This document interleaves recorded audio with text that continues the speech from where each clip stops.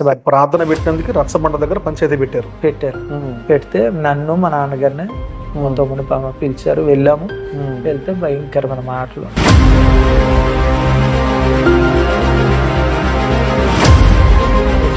ఊళ్ళో ప్రార్థన పెడితే ఏ సంబంధాలు ఉండవు, వెళ్ళేస్తున్నామని ఊళ్ళో నుంచి మిమ్మల్ని బహిష్కరిస్తున్నాం. ఏ ఉపయోగాలు ఇప్పుడు పండ్లోకి వెళ్ళము, కిరణా సరుకులు వెళ్ళము. ఇంకా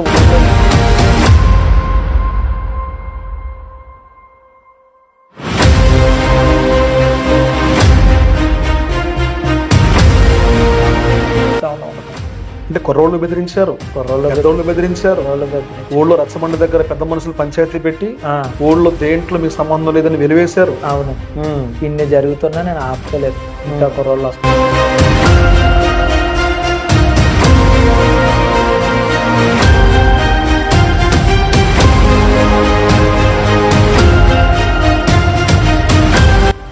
కార్డు ఇచ్చారు కదా అని వెళ్ళాడు. మనం వెళ్తే భోజనం చేస్తుంటే భోజనం బలమైన నుంచి లేపేసి అతను కూర్చుంటే మేము ఎవరో కూర్చోదని అందరు లేచిపోయారు. మిగతా వాళ్ళందరూ లేచిపోయారు. మిగతా వాళ్ళందరూ లేచిపోయారు.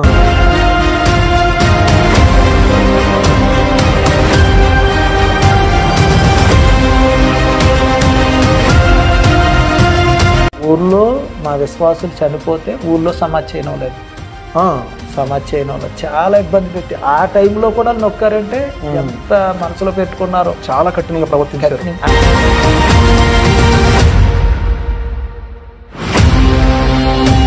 నా మనసులో వేదన వచ్చేసింది. రైల్వే పట్టాలకు వెళ్ళిపోవడం, చనిపోవడం, ఈ జీవితం వద్దు, ఎక్కడితో ముగించేద్దాం అనుకున్నాను.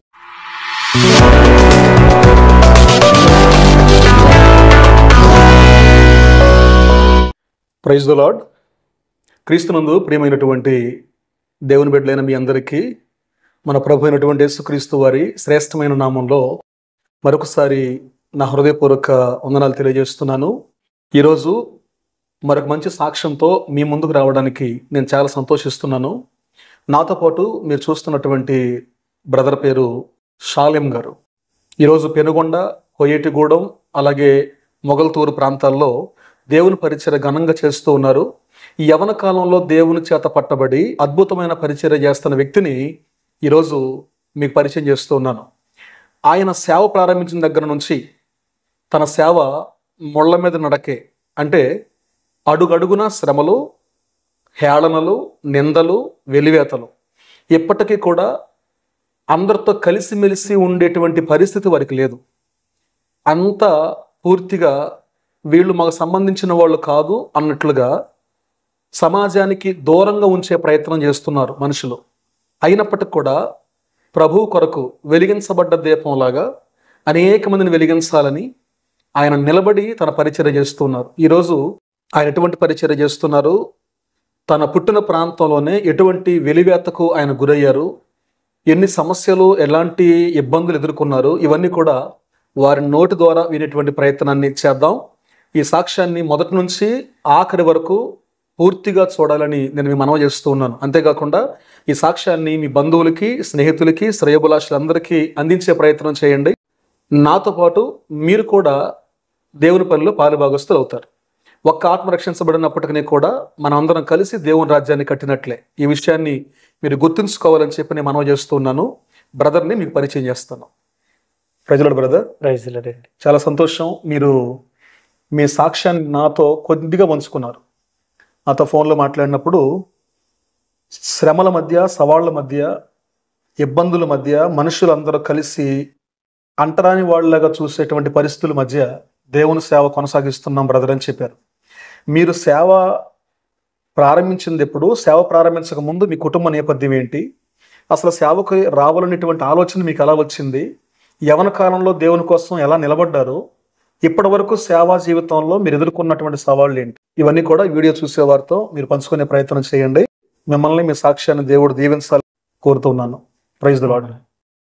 మన ప్రభువును రక్షకుడైన యేసుక్రీస్తు వారి ప్రశస్తమైన నామములో మరి సాక్ష్యాన్ని వీక్షిస్తున్న ప్రియ ఆత్మీయులందరికీ నా హృదయపూర్వక వందనాలు. ముందుగా నా దేవాతి దేవునికి, ఏ యోగ్యత లేదు నాకు ఇట్టి యోగ్యతను అనుగ్రహించిన దేవాతి దేవునికి వందనాలు. మరి ఇంతటి మంచి చక్కటి అవకాశాన్ని కల్పించిన దైవసేవకులు రాజు బ్రదర్ గారికి మా హృదయపూర్వక వందనాలు. వందనాలు బ్రదర్. మీ అందరికీ కూడా నా హృదయపూర్వక వందనాలు. నా పూర్తి పేరు అయితే దుర్గా శ్రీధర్. తర్వాత మేము ప్రభువులోని తెలుసుకున్న తర్వాత షాలోముగా నామకరణం చేయబడడం జరిగింది. మాది పెనుగొండ ప్రాంతం దగ్గర కొయ్యేటిపాడు అనే ఒక చిన్న కుగ్రామం.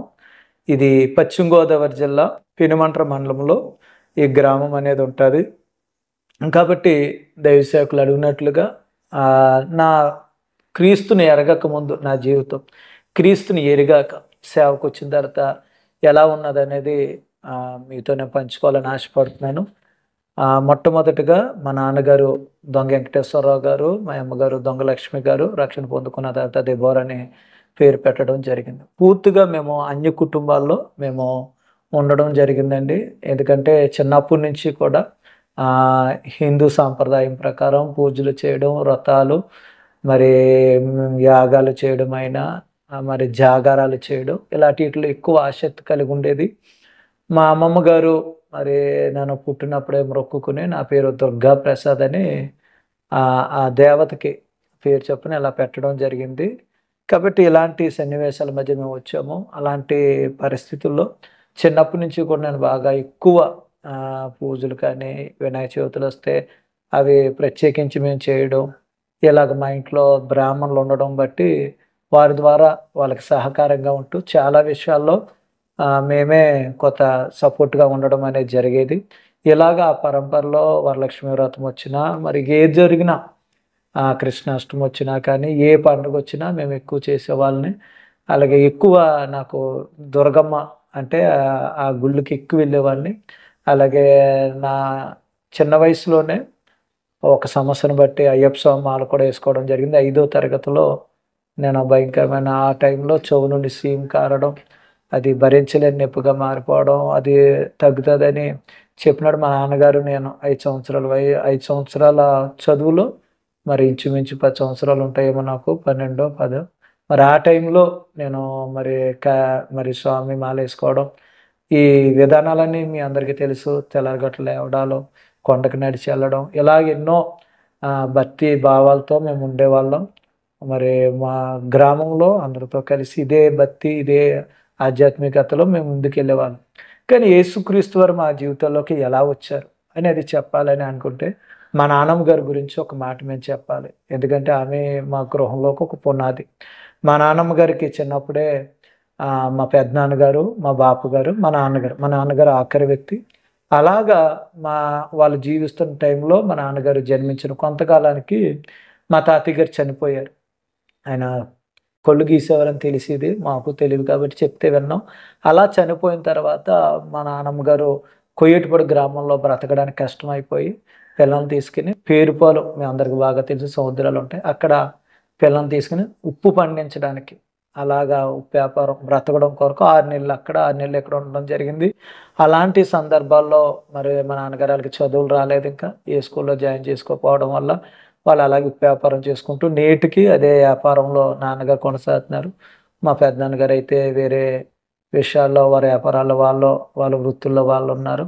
ఇలాంటి సందర్భాల్లో మా నాన్నమ్మ గారు చిన్నపిల్లలప్పుడే మా నాన్నమ్మ గారికి కడుపులో మరి ఒక అనారోగ్యాన్ని బట్టి హాస్పిటల్లో జాయిన్ చేస్తే చనిపోతుంది అన్న సందర్భంలో హాస్పిటల్ ఎవరో సువార్త చెప్పారు, యేసుక్రీస్తు వారిని నమ్ముకోండి, ప్రభు స్వస్థపరచగలడు అని చెప్పినప్పుడు ఆమెలో విశ్వాసం వచ్చి ప్రార్థన చేసుకున్నప్పుడు దేవుడు దర్శనంలో ఆమెను ముట్టడం, అలాగ మా నాన్నమ్మ గారు ప్రభుని విశ్వసించడం జరిగింది. మా నాన్నమ్మ గారు ప్రభుని విశ్వసించారు కానీ మేము ఎవ్వరం ప్రభుని విశ్వసించలేదు. ఆమె ఒక్కతే ప్రార్థనకి వెళ్తూ ఉండేది. అలాగే నా చిన్న వయసులో మా ఇంటికాడే ఒక పాకేసి ప్రార్థనలు పెట్టిన, మరి మా గ్రామంలో యేసుక్రీస్తు వారంటే ఎందుకో తెలియని వారికి చిన్న చూపు ఉండడం వల్ల ఇది విదేశీ మతం అన్నట్టు, దీంట్లోకి వెళ్తే తక్కువ జాతి వారితో కలిసిపోతాం అన్నట్టుగా వాళ్ళు భావించి, అంటే అందరూ మంచి వాళ్ళే, సత్యం తెలియక ముందర ఎవరైనా మనం అలా ఉంటాం కాబట్టి వారు అలా భావించి అది జరిగే సేవను ఆపేయడం జరిగింది. అలాగే ఊళ్ళో మా ఇంటికాడ జరిగే సేవ ఆగిపోయింది. తదుపరి మరలా ఇప్పుడంటే ఇంటర్లో నేను 10th ఫస్ట్ క్లాస్ పాస్ అవ్వడం జరిగింది. అప్పుడు మా నాన్నమ్మ గారు మొక్కున్నారంట, 10th క్లాస్ పాస్ అయితే నేను చర్చి తీసుకొచ్చి మా మనవని సాక్ష్యం చెప్పుకుంటానని. దేవుడు ఫస్ట్ క్లాస్లో పాస్ అయ్యి, నేనేం గుళ్ళుకు మొక్కున్నాను, మా నాన్నమ్మ గారు చర్చికి మొక్కున్నా, నేను గుళ్ళుకు తిరుగుతూ ఉన్నాను. ఆ రాత్రి ఆ చిన్న కూటంలో మా నాన్నమ్మగారు 10th క్లాస్ పాస్ అయ్యి నిలబెట్టారు. అది నా మొట్టమొదటిసారి మందిరంలో అడుగు పెట్టడం అనేది. తర్వాత ఇంటర్ నేను ఫెయిల్ అయిపోవడం జరిగింది. ఇంటర్ ఫెయిల్ అవ్వడం, కొంచెం ఇబ్బందులు ఉన్నప్పుడు ఆ టైంలో బిలీవర్ చర్చ్ నుంచి ఒక ఇద్దరు యవనస్తులు మా గ్రామానికి రావడం, ట్యూషన్ చెప్తానంటే మా ఇంటికాడ షెల్టర్ అవ్వడం. వాళ్ళు ట్యూషన్ చెప్తున్నప్పుడు నాకు మ్యాథ్స్ వచ్చు కాబట్టి ఊళ్ళో ఎవరైనా పిల్లలొస్తే వాళ్ళు చెప్పేవాడిని. అలాగా వాళ్ళు దేవుని సేవ చేశారు. 2, 3 సంవత్సరాలు చేసినట్టున్నారు. ఆ సంవత్సరాల్లో నేను పూర్తిగా లేను. వాళ్ళు కేకేసినా వాళ్ళ మాటకు లోబడేవాడిని కాదు. ఆటలకెళ్ళిపోయేవాడిని. ఆళ్ళ దగ్గర కూర్చున్నది తక్కువలో అయినా కొంతవరకు యేసుక్రీస్తు వారంటే ఏంటో అవగాహన వచ్చింది. కానీ నా మనసులో ఒకే ఒక భావన, నా దేవుడు నాకు గొప్ప అనే భావంతో వాళ్ళు కొంచెం వ్యతిరేకంగానే ఉండేవాడిని. వాళ్ళు ఎక్కడికైనా రమ్మంటే వెళ్ళేవాడిని కాదు. ఏంటంటే ఎంత వ్యతిరేకం అంటే నా మనసులో ఏంటంటే నాది గొప్ప. వీళ్ళ గురించి అంటే వీళ్ళ దేవుడు గొప్ప అంటారు. మా దేవుడు మాకు గొప్ప అనే నమ్మకంతోటి ఏం చేసేవాడినంటే వీళ్ళు ఏదైనా కార్యక్రమాలు పెట్టుకుని ఓ రోజు ఏం జరిగిందంటే నేను గుండు కొట్టించుకెళ్ళి కూర్చున్నాననమాట. అంటే నాకు అలాంటి ఒక ఆలోచన. ఇంకొకటి ఏంటంటే కొంత వ్యతిరేకం కింద ఉండేవాళ్ళు. మా అమ్మగారు, మేము గదిలో ఉండేవాళ్ళం. అరుగు మీద ప్రార్థన జరుగుతుంటే టీవీ సౌండ్‌లు పెట్టేయడం, తలుపులేసేయడం. ఇలా కొన్ని విషయాల్లో నేను కూడా చేశాను. కొన్నిసార్లు తెలియక దీపావళొత్తే పంచిపెట్టిన బైబిల్ చింపేసి నేను సిసింద్రీలు చేసుకున్నాను. అంటే అవగాహన లేక, దీని వాల్యూ తెలియక కొన్నిసార్లు నేను అలా అలాంటి నా జీవితంలో యేసుక్రీస్తు వారు ఎలాగా నా జీవితంలోకొచ్చారంటే నేను ఇంటర్‌లో ఫెయిల్ అయిపోయిన తర్వాత 18 సంవత్సరాల వయసొచ్చింది. సింగపూర్ దేశానికి నన్ను పంపించారు. ఇంటికాడ అప్పటికి సేవ జరుగుతుంది. తర్వాత ఏం జరిగిందంటే నేను సింగపూర్ వెళ్ళిపోయిన తర్వాత వారు కూడా గ్రామంలోకి వెళ్ళి సువార్త చేస్తున్నాడు. వారిని కూడా గ్రామస్తులు ఇబ్బంది పెట్టి ఆ గ్రామంలో నుంచి వెళ్ళిపోమనంటే వాళ్ళు కూడా వెళ్ళిపోయారు. అలాగా మా పోయేటిపాడు గ్రామంలో సేవ ఆగిపోవడం జరిగింది. నేను సింగపూర్ వెళ్ళిన తర్వాత సింగపూర్‌లో మరి నేను చాలా లేబర్ పనికెళ్ళాను. అంటే క్లీనింగ్‌కెళ్ళాను. ఏది చదువుకోలేదు. చదువు సర్టిఫికెట్లు కాదు. లేబర్‌గా పంపించారు కాబట్టి ఆ పనిలోకెళ్ళాను. మాతో పాటు మా అన్నయ్యలు నన్ను తీసుకెళ్ళిన వాళ్ళు ఆ పని చేయలేక ఒకరు సో ఏది ఎలక్ట్రికల్ డిపార్ట్మెంట్‌లోకి అలాగే వెళ్ళిపోయారు ఇద్దరు. సర్లే నాకు అప్పటికి కొంచెం వాక్యం తెలుసు కాబట్టి కొద్దిగా నేర్చుకున్నాను కాబట్టి ఎక్కడో ఎక్కడో ఒక చోట నమ్మకం ఉంటే దేవుడు ఇచ్చేస్తాడని ఒక ఆలోచన వాక్యం గుర్తొచ్చి అలాగే చేస్తూ ఉండగా దేవుడు మహాకృపను బట్టి 2 సంవత్సరాల తర్వాత అదే కంపెనీకి సూపర్వైజర్ అవ్వడానికి ప్రభువు నాకు కృప చూపించారు. కానీ ఈ మధ్యలో నా జీవితం ఎలా జరిగిందంటే మందిరానికి వెళ్ళాలని ఒక ఆలోచన. ఎందుకంటే నేను చేసే పని చాలా కష్టం. అండర్ గ్రౌండ్ ట్యాంకుల్లోకి వెళ్ళేవాడిని. ఊపిరందేది కాదు. అంటే ఎలా ఉండేదంటే రోజుకో మరణం చూసేవాళ్ళం అక్కడ. షిప్ యార్డ్ కాబట్టి పైనుంచి కిందకే పని చేసేటప్పుడు స్కాఫోల్డింగ్ మీద నుంచి పడిపోవడం, పెయింటింగ్ ఏత్త పడిపోవడం, బుర్రలు చెదిరిపోవడం, ఇలాంటి భయంకర మరణాలు చూసి నాకు కొంచెం భయం పట్టుకునేది చిన్న వయసులో. ఓ పక్క నుంచి కంపెనీ అంత మంచిది కాదు. తినడానికి కూడా సరిగ్గా ఉండేది కాదు. బాకీలు తీర్చాలి. ఈ కష్టాలు అమ్మాలతో చెప్తే మళ్ళీ ఆళ్ళు బాధపడతారని ఏమీ చెప్పకుండానే నాలో నేను ఉండేవాడిని. అలాంటి సమయాల్లో ఒక పక్కన రోడ్డు పక్కన ప్రార్థన జరుగుతుంది. అక్కడికెళ్ళాను. ఆ రోజు నాకు చాలా ప్రశాంతంగా నాకనిపించింది. అప్పటి నుంచి మందిరానికి వెళ్ళాలని ఆసక్తి కలిగితే మేము ఉండేది ఎక్కడో దూర ప్రాంతం వలన వెళ్ళలేకపోయేవాడిని మందిరానికి. కానీ దేవుడు మహాకృపను బట్టి ప్రార్థన చేసుకున్నాను. ఈ అడవుల్లో నుంచి దేవుడు సెంటర్‌లో రూమ్ ఇవ్వడం, మందిరానికి వెళ్ళడం జరిగింది. నేను ఎప్పుడు రక్షించబడ్డానంటే ఒక రాత్రి నేను దేవుని స్వరాన్ని విన్నాను. సింగపూర్ దేశంలో, దుబాయ్ దేశంలోని అదర్ కంట్రీలో బెడ్‌లు ఎలాగుంటాయి 3 బెడ్‌లుంటాయి. కింద స్టెప్ బై స్టెప్ ఉంటాయి. పైన మా అన్నయ్య పడుకున్నాడు. మధ్యలో నేనున్నాను. కింద బంగ్లాదేశ్ వ్యక్తి ఉన్నాడు. పడుకుంటే 1 గంట ఆ ప్రాంతానికి ఒక స్వరం వినపడుతుంది. "ఈ రాత్రి చనిపోతే నువ్వెక్కడికెళ్తావు?" ఈ మాట చెప్పాలంటే ఎందుకు ఆ మాట విన్నప్పుడు నాకెందుకు భయమేసిందంటే, నేను విశ్వాసిని అయ్యుండి అప్పటికి రక్షించబడితే నాకు ఆ మాటకి భయం లేకపోదు. ఎందుకంటే ఒకప్పుడు నేను ఇంటర్ ఫెయిల్ అయిపోయానన్నాను కదా! ఇంటర్ దాకా నేను మా తల్లిదండ్రులు ఆధీనంలోనే ఉన్నాం. ఇంటర్ ఎప్పుడైతే ఫెయిల్ అయిపోయానో ట్యూషన్ పేరు చెప్పి అలా చెప్పి మా ఊ మా మా ఇన్ మా అమ్మమ్మ గారు మా అక్కయ్య గారి ఊరు మా మా ఊరే కాబట్టి అక్కడికెళ్ళే మధ్యలో ఫ్రెండ్స్ పరిచయం అయ్యటం. వాళ్ళతో పాటు నైట్ సినిమాలకెళ్ళిపోవడం. ఇంకా ఇలాగ లోకాశల్లోకి, పాప కోరికల్లోకి వెళ్ళిపోయాను నేను. ఇవన్నీ నా మనసులోకొచ్చేస్తున్నాయి. అవును. నేను చూసేది మంచిది కాదు. నేను ఆలోచించేది మంచిది కాదు. నా విధానం మంచిది కాదు. వాక్యం చెప్తుంది పాపంలో ఉన్న వ్యక్తి చనిపోతే నరకానికెళ్తాడు. కాబట్టి ఆ రాత్రి నాకు చెమటలు పట్టేసింది. నిజమే నాయన అప్పుడు యథార్థంగా నా హృదయాన్ని ప్రభువుకి అప్పగించుకున్నా. నాయనా నా జీవితం మంచిది కాదు. నా ఆలోచన మంచిది కాదు. నేను చేసిన పనులు మంచివి కాదు. కాబట్టి నా పాపాలన్నిటిని నీ పాదాల దగ్గర ఒప్పుకుంటున్నాను. నన్ను క్షమించండి.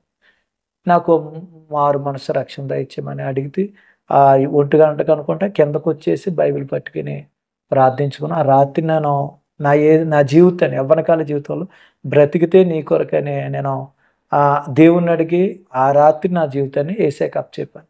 కానీ ఇంటికాడ పరిస్థితులు అలా లేవు. మా అమ్మగారితో చెప్పాను, ఇలాగా నేను బాప్తిసం తీసుకుంటానమ్మా, నా మనసుని దేవుడికి ఇచ్చానంటే. నాన్నగారు తెలిస్తే ఏమంటారని అనగానే ఈ మాట మా నాన్నగారు చెప్తే 3 నెలలు మా నాన్నగారు నాతో మాట్లాడుతూ మానేసి. బాప్తిసం తీసుకుంటున్నందుకు అన్నాను, ఇంకా తీసుకోలేదు. బాప్తిసం తీసుకుంటానని చెప్పి మీ అమ్మగారు చెప్పేసరికి 3 నెలలు మీ నాన్నగారు మాట్లాడలేదు. అప్పుడు మీరు సింగపూర్లో ఉన్నారు, వాళ్ళే కొయ్యటిగూడలో ఉన్నారు. అవునండి. అలాంటి సిచ్యువేషన్లో నాలో వేదన మొదలైంది. అంటే తీర్మానం అయితే తీసుకున్నాను, నమ్మి బాప్తిసం పొందినవాడు రక్షించబడతాడు. మరి బాప్తిసం తీసుకోవాలి అలాగ. మా తల్లిదండ్రులకి ఎప్పుడూ మేము ఎదురు చెప్పం. చిన్నప్పటి నుంచి ఆ క్రమశిక్షణలో పెరిగాం. ఏదో ఒక కార్యం జరగాలని అందరూ పడుకున్న సమయంలో నేను లేచి పని దగ్గర ప్రార్థన చేసుకుంటుండేవాడిని. అలాగ ఒక రోజు 3 నెలల తర్వాత నేను ప్రార్థన చేసుకుంటూ గొప్ప వెలుగు వచ్చినంత తాకి నా హృదయంలో ఉన్న భారం అంతా తొలిపోయినట్టు అనిపించింది. ఆ రోజు నేను ఫోన్ చేస్తే సింగపూర్కి ఇండియాకి 2.5 hours 3 hours డిస్టెన్స్ ఉంటుంది. ఆ టైంలో ఇక్కడ తెల్లగట్ల 4 ఎంతో అవుతుంది ఆ టైం. నేను అక్కడ 6 ఫోన్ చేస్తే, ఫోన్ చేయగానే మా నాన్నగారు ఎత్తారు. ఎత్తిన మట్టిన ఏమన్నాడంటే, బాగున్నావని అడుగుతారు ఎవరన్నా, నువ్వు దేవుని నమ్ముకుంటావని అడిగారు. ఇదేంటిది విచిత్రం, ఎలాగ అడుగుతున్నాను ఏంటంటే, నాన్న నీకు పర్మిషన్ లేదు, నీకు ఇబ్బంది లేదు తీసుకుంటే నీ జీవితం నీ ఇష్టం, బాప్తిసం తీసుకున్నా, నాకు అంగీకారం అన్నారు. ఆ రోజు నేను మనస్ఫూర్తిగా ప్రభుని స్తుతించాను. మే 7, 2006 సంవత్సరంలో నేను బాప్తిసం తీసుకోవడం. అంటే నాన్నగారు ఆయనంతటా ఆయనే తీసుకుంటే నాకు అభ్యంతరం ఏమీ లేదు, నీ ఇష్టం అని అన్నారు. చెప్పినప్పుడు మొదట ఇష్టపడలేదు, కానీ తర్వాత మీరు చెప్పినప్పుడు అవును ప్రభువారిలో కార్యం, అప్పుడు మీరు బాప్తిసం తీసుకున్నారు. అలాగే నేను రక్షణ పొందుకొని సింగపూర్ తెలుగు మెథడిస్ట్ చర్చ్ ఆ దాంట్లో పాస్టర్ అనిల్ గారు ఆధ్వర్యంలో నేను బాప్తిసం తీసుకోవడం జరిగింది. చర్చ్లో నేను ఎప్పుడూ ముందుకెళ్ళి పాటలు పాడలేదు, ముందుకెళ్ళి ఎప్పుడు సాక్ష్యం చెప్పలేదు, ఎప్పుడు వెనకే ఉండేవాడిని. కాదు విశ్వాసంతో నా వంతు నాకు మనసు ఏంటంటే కనబడకుండా పరిచర్య చేయాలని నా ఆలోచన. అందుకని సేవలో అక్కడ డ్యూటీలు బాగోపోయినా, తినటానికి లేకపోయినా నాకున్న శాలరీలోనే వాళ్ళకి దారి ఛార్జీలు పెట్టుకుని మందిరాన్ని నడిపించేవాడు. చాలామందిని మందిరాలు నడిపించాను. అలాగే ఒక వ్యక్తికి సువార్త చేయడానికి ఆ వ్యక్తికి 3 నెలలు వండి పెట్టాను నేను. ఆ వ్యక్తి ప్రభులోకి రావడం ఏదో ఒక నా వంతు ప్రయాసం. వాళ్ళకి కంపెనీ భోజనం బాగుండేది కాదు, నా దగ్గరకు ఒకసారి వచ్చి కూర్చుంటే నీ కూరలు బాగున్నాయంటే మంచిది, ఇదే నాకు అవకాశం అని 3 నెలలు వండి పెట్టాను. నేను 10ంటికి వచ్చి వండి పార్సిల్ ఎట్టుకెళ్ళి వాళ్ళకి చెప్పేవాడు. అలాగే చాలా మందిని ప్రభులో నడిపించి నా ఆశయం చూసి డిసిపుల్షిప్ ట్రైనింగ్కి పంపించారు. అంటే పాస్టర్ డానీ మోడీ గారు వైజాగ్ నుంచి అక్కడికి వచ్చి ఆ చర్చిలో డిసేబిలిటీ ట్రైనింగ్ పెడితే వాళ్ళ ద్వారా నేను ట్రైనింగ్ తీసుకోవడం జరిగింది. అప్పుడు దాంట్లో ఒక గిఫ్ట్ కూడా వచ్చింది నాకు. దాంట్లో రాత పరీక్ష పెడతారు కదా, దాంట్లో గిఫ్ట్ వచ్చింది. నాకు బాగా గుర్తు వాక్యం, ఒక వాగ్దానం ఇచ్చారు, you walk by faith not by sight అని. చక్కటి వాగ్దానం నాకు ఇచ్చారు. నేను చాలా సొంత జీవితంలో మొట్టమొదటిదే అది నేను తీసుకున్నాను. అప్పుడు వాళ్ళందరూ అడిగారు ఒక చిన్న 2 minutes వాక్యం చెప్పమంటే నేను నెహమ్యా గురించి చెప్పాను. ఎందుకంటే నెహమ్యా తన పట్టణం పాడైపోయింది, భారం కలిగి ఉన్నాడని మనం అలా ఉండాలన్నప్పుడు అందరూ నన్ను అడిగారు, నువ్వు ఖచ్చితంగా మీ ఊరు సేవకి వెళ్ళాలి ఇలా అని అడిగినావు. నేను అన్నాను, నేను సేవకంటే వెళ్ళను, కానీ ఎవరైనా సేవకి వెళ్తే సపోర్ట్ చేస్తాను. అవును, ఆ విధంగా నేను ఉంటాను, కానీ సేవ చేయలేనని చెప్పాను. తర్వాత అనుకోకుండా నన్ను తీసుకెళ్ళి అన్నయ్య అక్కడ భయంకరమైన యాక్సిడెంట్ అవ్వడం జరిగింది. బాడీ అంతా స్పాల్ అయిపోవడం, చచ్చిపోతాడన్న సమయంలో చర్చి వాళ్ళు చాలా హెల్ప్ చేశారు. వాళ్ళంతా హెల్ప్ చేయడం బట్టే దేవుడు ప్రార్థనలు 3 రోజులు కంటిన్యూ ప్రార్థన చేయడం వల్ల అన్నయ్య బ్రతికాడు. కంపెనీ బాగోదని ముందే చెప్పాను, ఆ కంపెనీ భరించలేక ఏం చేసి ఫ్లైట్ టికెట్ తీసేసి కుట్లిప్పకుండా చాలా.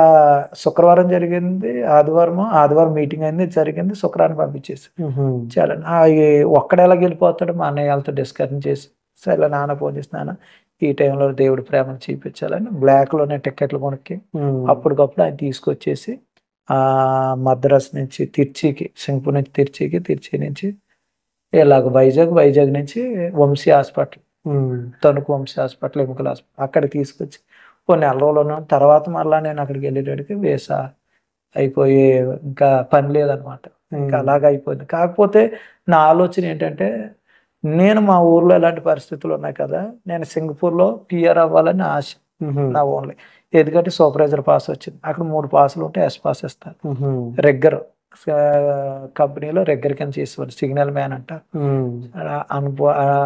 ఫోల్డింగ్ ఇది అంటారు కదా, లోడింగ్ అన్లోడింగ్ చేస్తారు. ఈ కోర్స్ చేశాను. ఇంకో కోర్స్ చేస్తే నాకు ఇలాంటి అవకాశాలు ఉంటాయి కదా, చాలా మంది ఉన్నారు ఇంకో చర్చిలో. స్టెప్ పైకి వెళ్ళొచ్చు. వెళ్ళొచ్చు, మా ఫ్యామిలీ నాకు తీసుకెళ్ళొచ్చు, మంచి చర్చ్ ఉంది, మంచి విశ్వాసం, ఇలా సెటిల్ అవుదామని ఆలోచన. కానీ అనుకోకుండా 2011లో నేను ఇండియాకి వచ్చేయడం జరిగింది.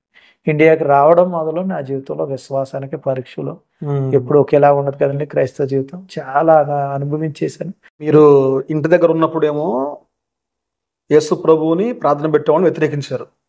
సింగపూర్ వెళ్ళిన తర్వాత ఏమో అక్కడ యేసు ప్రభువుని తెలుసుకున్నారు. తెలుసు. అక్కడ బాప్తిసం తీసుకొని తిరిగి మరలా మీరు ఇక్కడికి వచ్చిన తర్వాత సేవ చేయాలని తపనతో బయలుదేరితేనేమో ఇక్కడ మీకు మళ్ళీ శ్రమలు మొదలైనవి. అక్కడి నుంచి సేవ చేయడం అని కాదు, కానీ మామూలు విశ్వాసగానే కొనసాగాలని వచ్చాను. ఓకే, వచ్చిన తర్వాత కూడా సేవ అనేది ఎప్పుడు రాలేదు మైండ్ సెట్. ఓకే, అక్కడ రాలేదు, ఇక్కడ రాలేదు. ఇక్కడ సింగపూర్ నుంచి వచ్చిన తర్వాత అప్పుడు ఇల్లు కట్టుకున్నాం. ఇల్లు కట్టిన ఇల్లు ఓపెనింగ్కి వెళ్తుంటే మా ఊర్లో మాది ఉన్న వాళ్ళు పెద్ద కుటుంబం అన్నమాట. మా ఇంటి పేటోళ్ళు దొంగ అంటే పెద్దోళ్ళు. మా ఇంట్లోనే సంఘ పెద్దలు ఉన్నారు. ఓ సంఘ పెద్ద మా ఇంట్లోనే మా పెద్దనాన్నగారే. కాబట్టి ఇలాంటి అన్నదమ్ముల్లో వాళ్ళ సంఘ పెద్దలు అంటే మీ కులంలో పెద్దలు, కులంలో పెద్దలు. ఓకే, ఏదైనా సమస్య వచ్చినా తీర్పు కూర్చొని పంచాయతీ చేయడానికి అంటే చాలా మంది 4-5 ఉంటారు. అందులో ఒక పెద్ద మా ఇంటి పేరులో ఒకరు. ఓకే, ఆ టైంలో ఆయన పిలిచారు, మీరు ఎలాగా ఇల్లు ఓపెన్ చేస్తారంటే అలా చేస్తారు. అలా పాస్టర్ గాని పిలుచుకుంటాం. మా అమ్మగారు అప్పటికి రక్షించబడ్డారు. నేను అక్కడికి వెళ్ళేటడికి ఆమె వెళ్ళక ముందే మా అమ్మగారు కూడా కొంచెం హార్ట్ ప్రాబ్లం వస్తే ప్రభు స్వస్థపరిస్తే విలువ చర్చి తరపు నుంచి ఆమె రక్షించబడింది. తర్వాత వాళ్ళు వెళ్ళిపోయారు అనుకోండి. అలాగే మా అమ్మ నేను విశ్వాసం ఉన్నాం కదా, ఇంక విశ్వాసపరంగానే చేసుకుందాం అంటే నాన్న అంగీకరించాడు, తమ్ముడు అంగీకరించాడు గృహప్రవేశం చేయడానికి. కానీ సంఘ పెద్ద అంగీకరించదు. మా పెద్దనాన్నగారు ఓకే పిలిచి మీరు ఎలా చేస్తే గనక మేము ఎవరో రామంటే మాట్లాడు.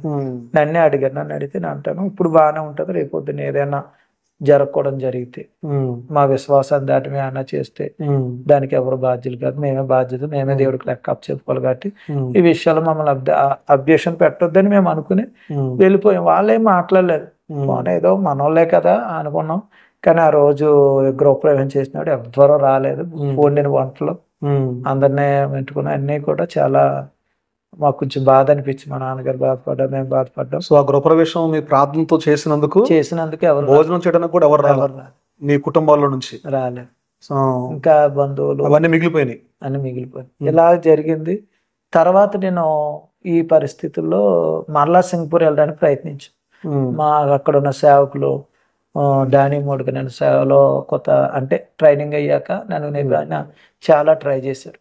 నేను సింగపూర్ తీసుకెళ్ళని ట్రై చేస్తే అక్కడ వైజాగ్లో ఒక ఏజెంట్కి ఉన్నారు.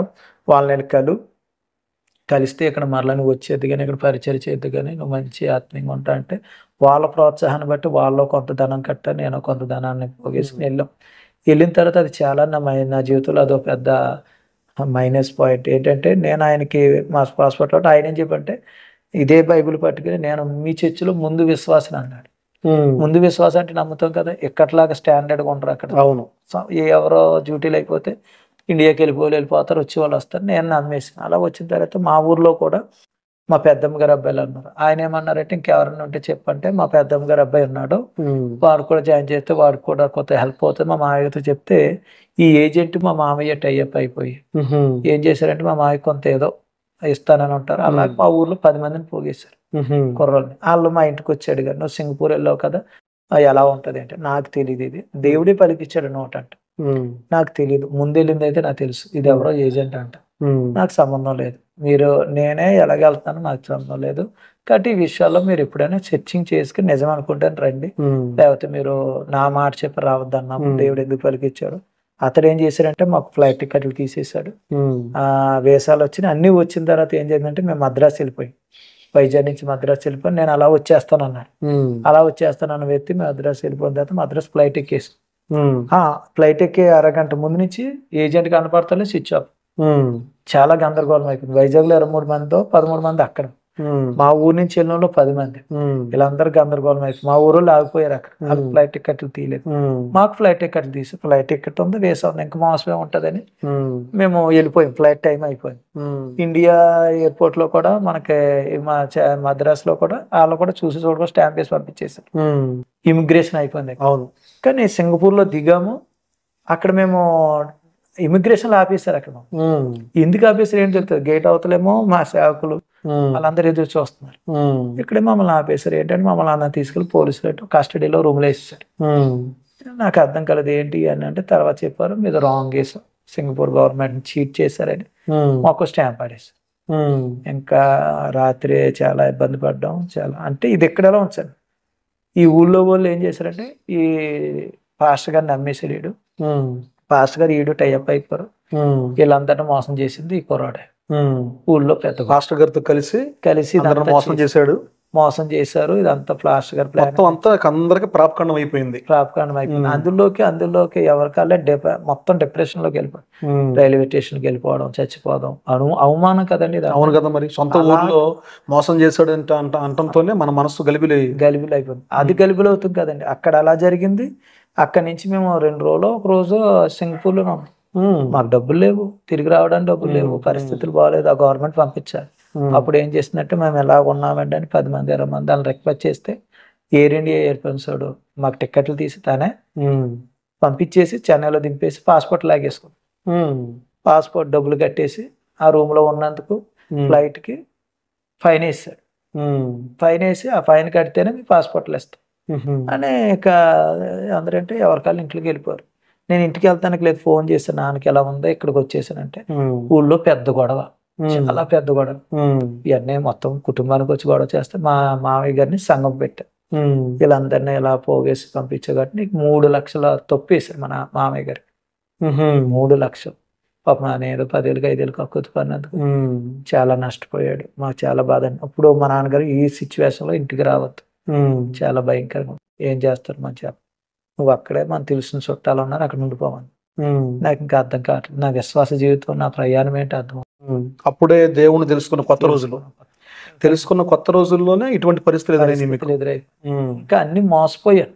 అదే ఇంకా వరసెట్టి మోసపోయాను అనమాట. ఒకటి కాదు, ఇలాంటి మోసాల్లో నాకు ఇంక అనిపించింది చెన్నైలో చనిపోదాం. 2011లో చెన్నైలో ఇంకా ఇంటికి తిరిగి రాకూడదు, ఇంకా ఇలాంటి మా నాన్నగారు తిడుతున్నారు. అంటే ఎవరికైనా బాధగా డబ్బులు లాస్ అనేటివాడికి. అప్పుడు మీరు ఇంటికి రాకుండా చెన్నై ఊరికి వచ్చి అక్కడ చనిపోదాం అనుకున్నారా? అక్కడే అంటే ఇంక చుట్టాలింటికి వెళ్ళమన్నారు.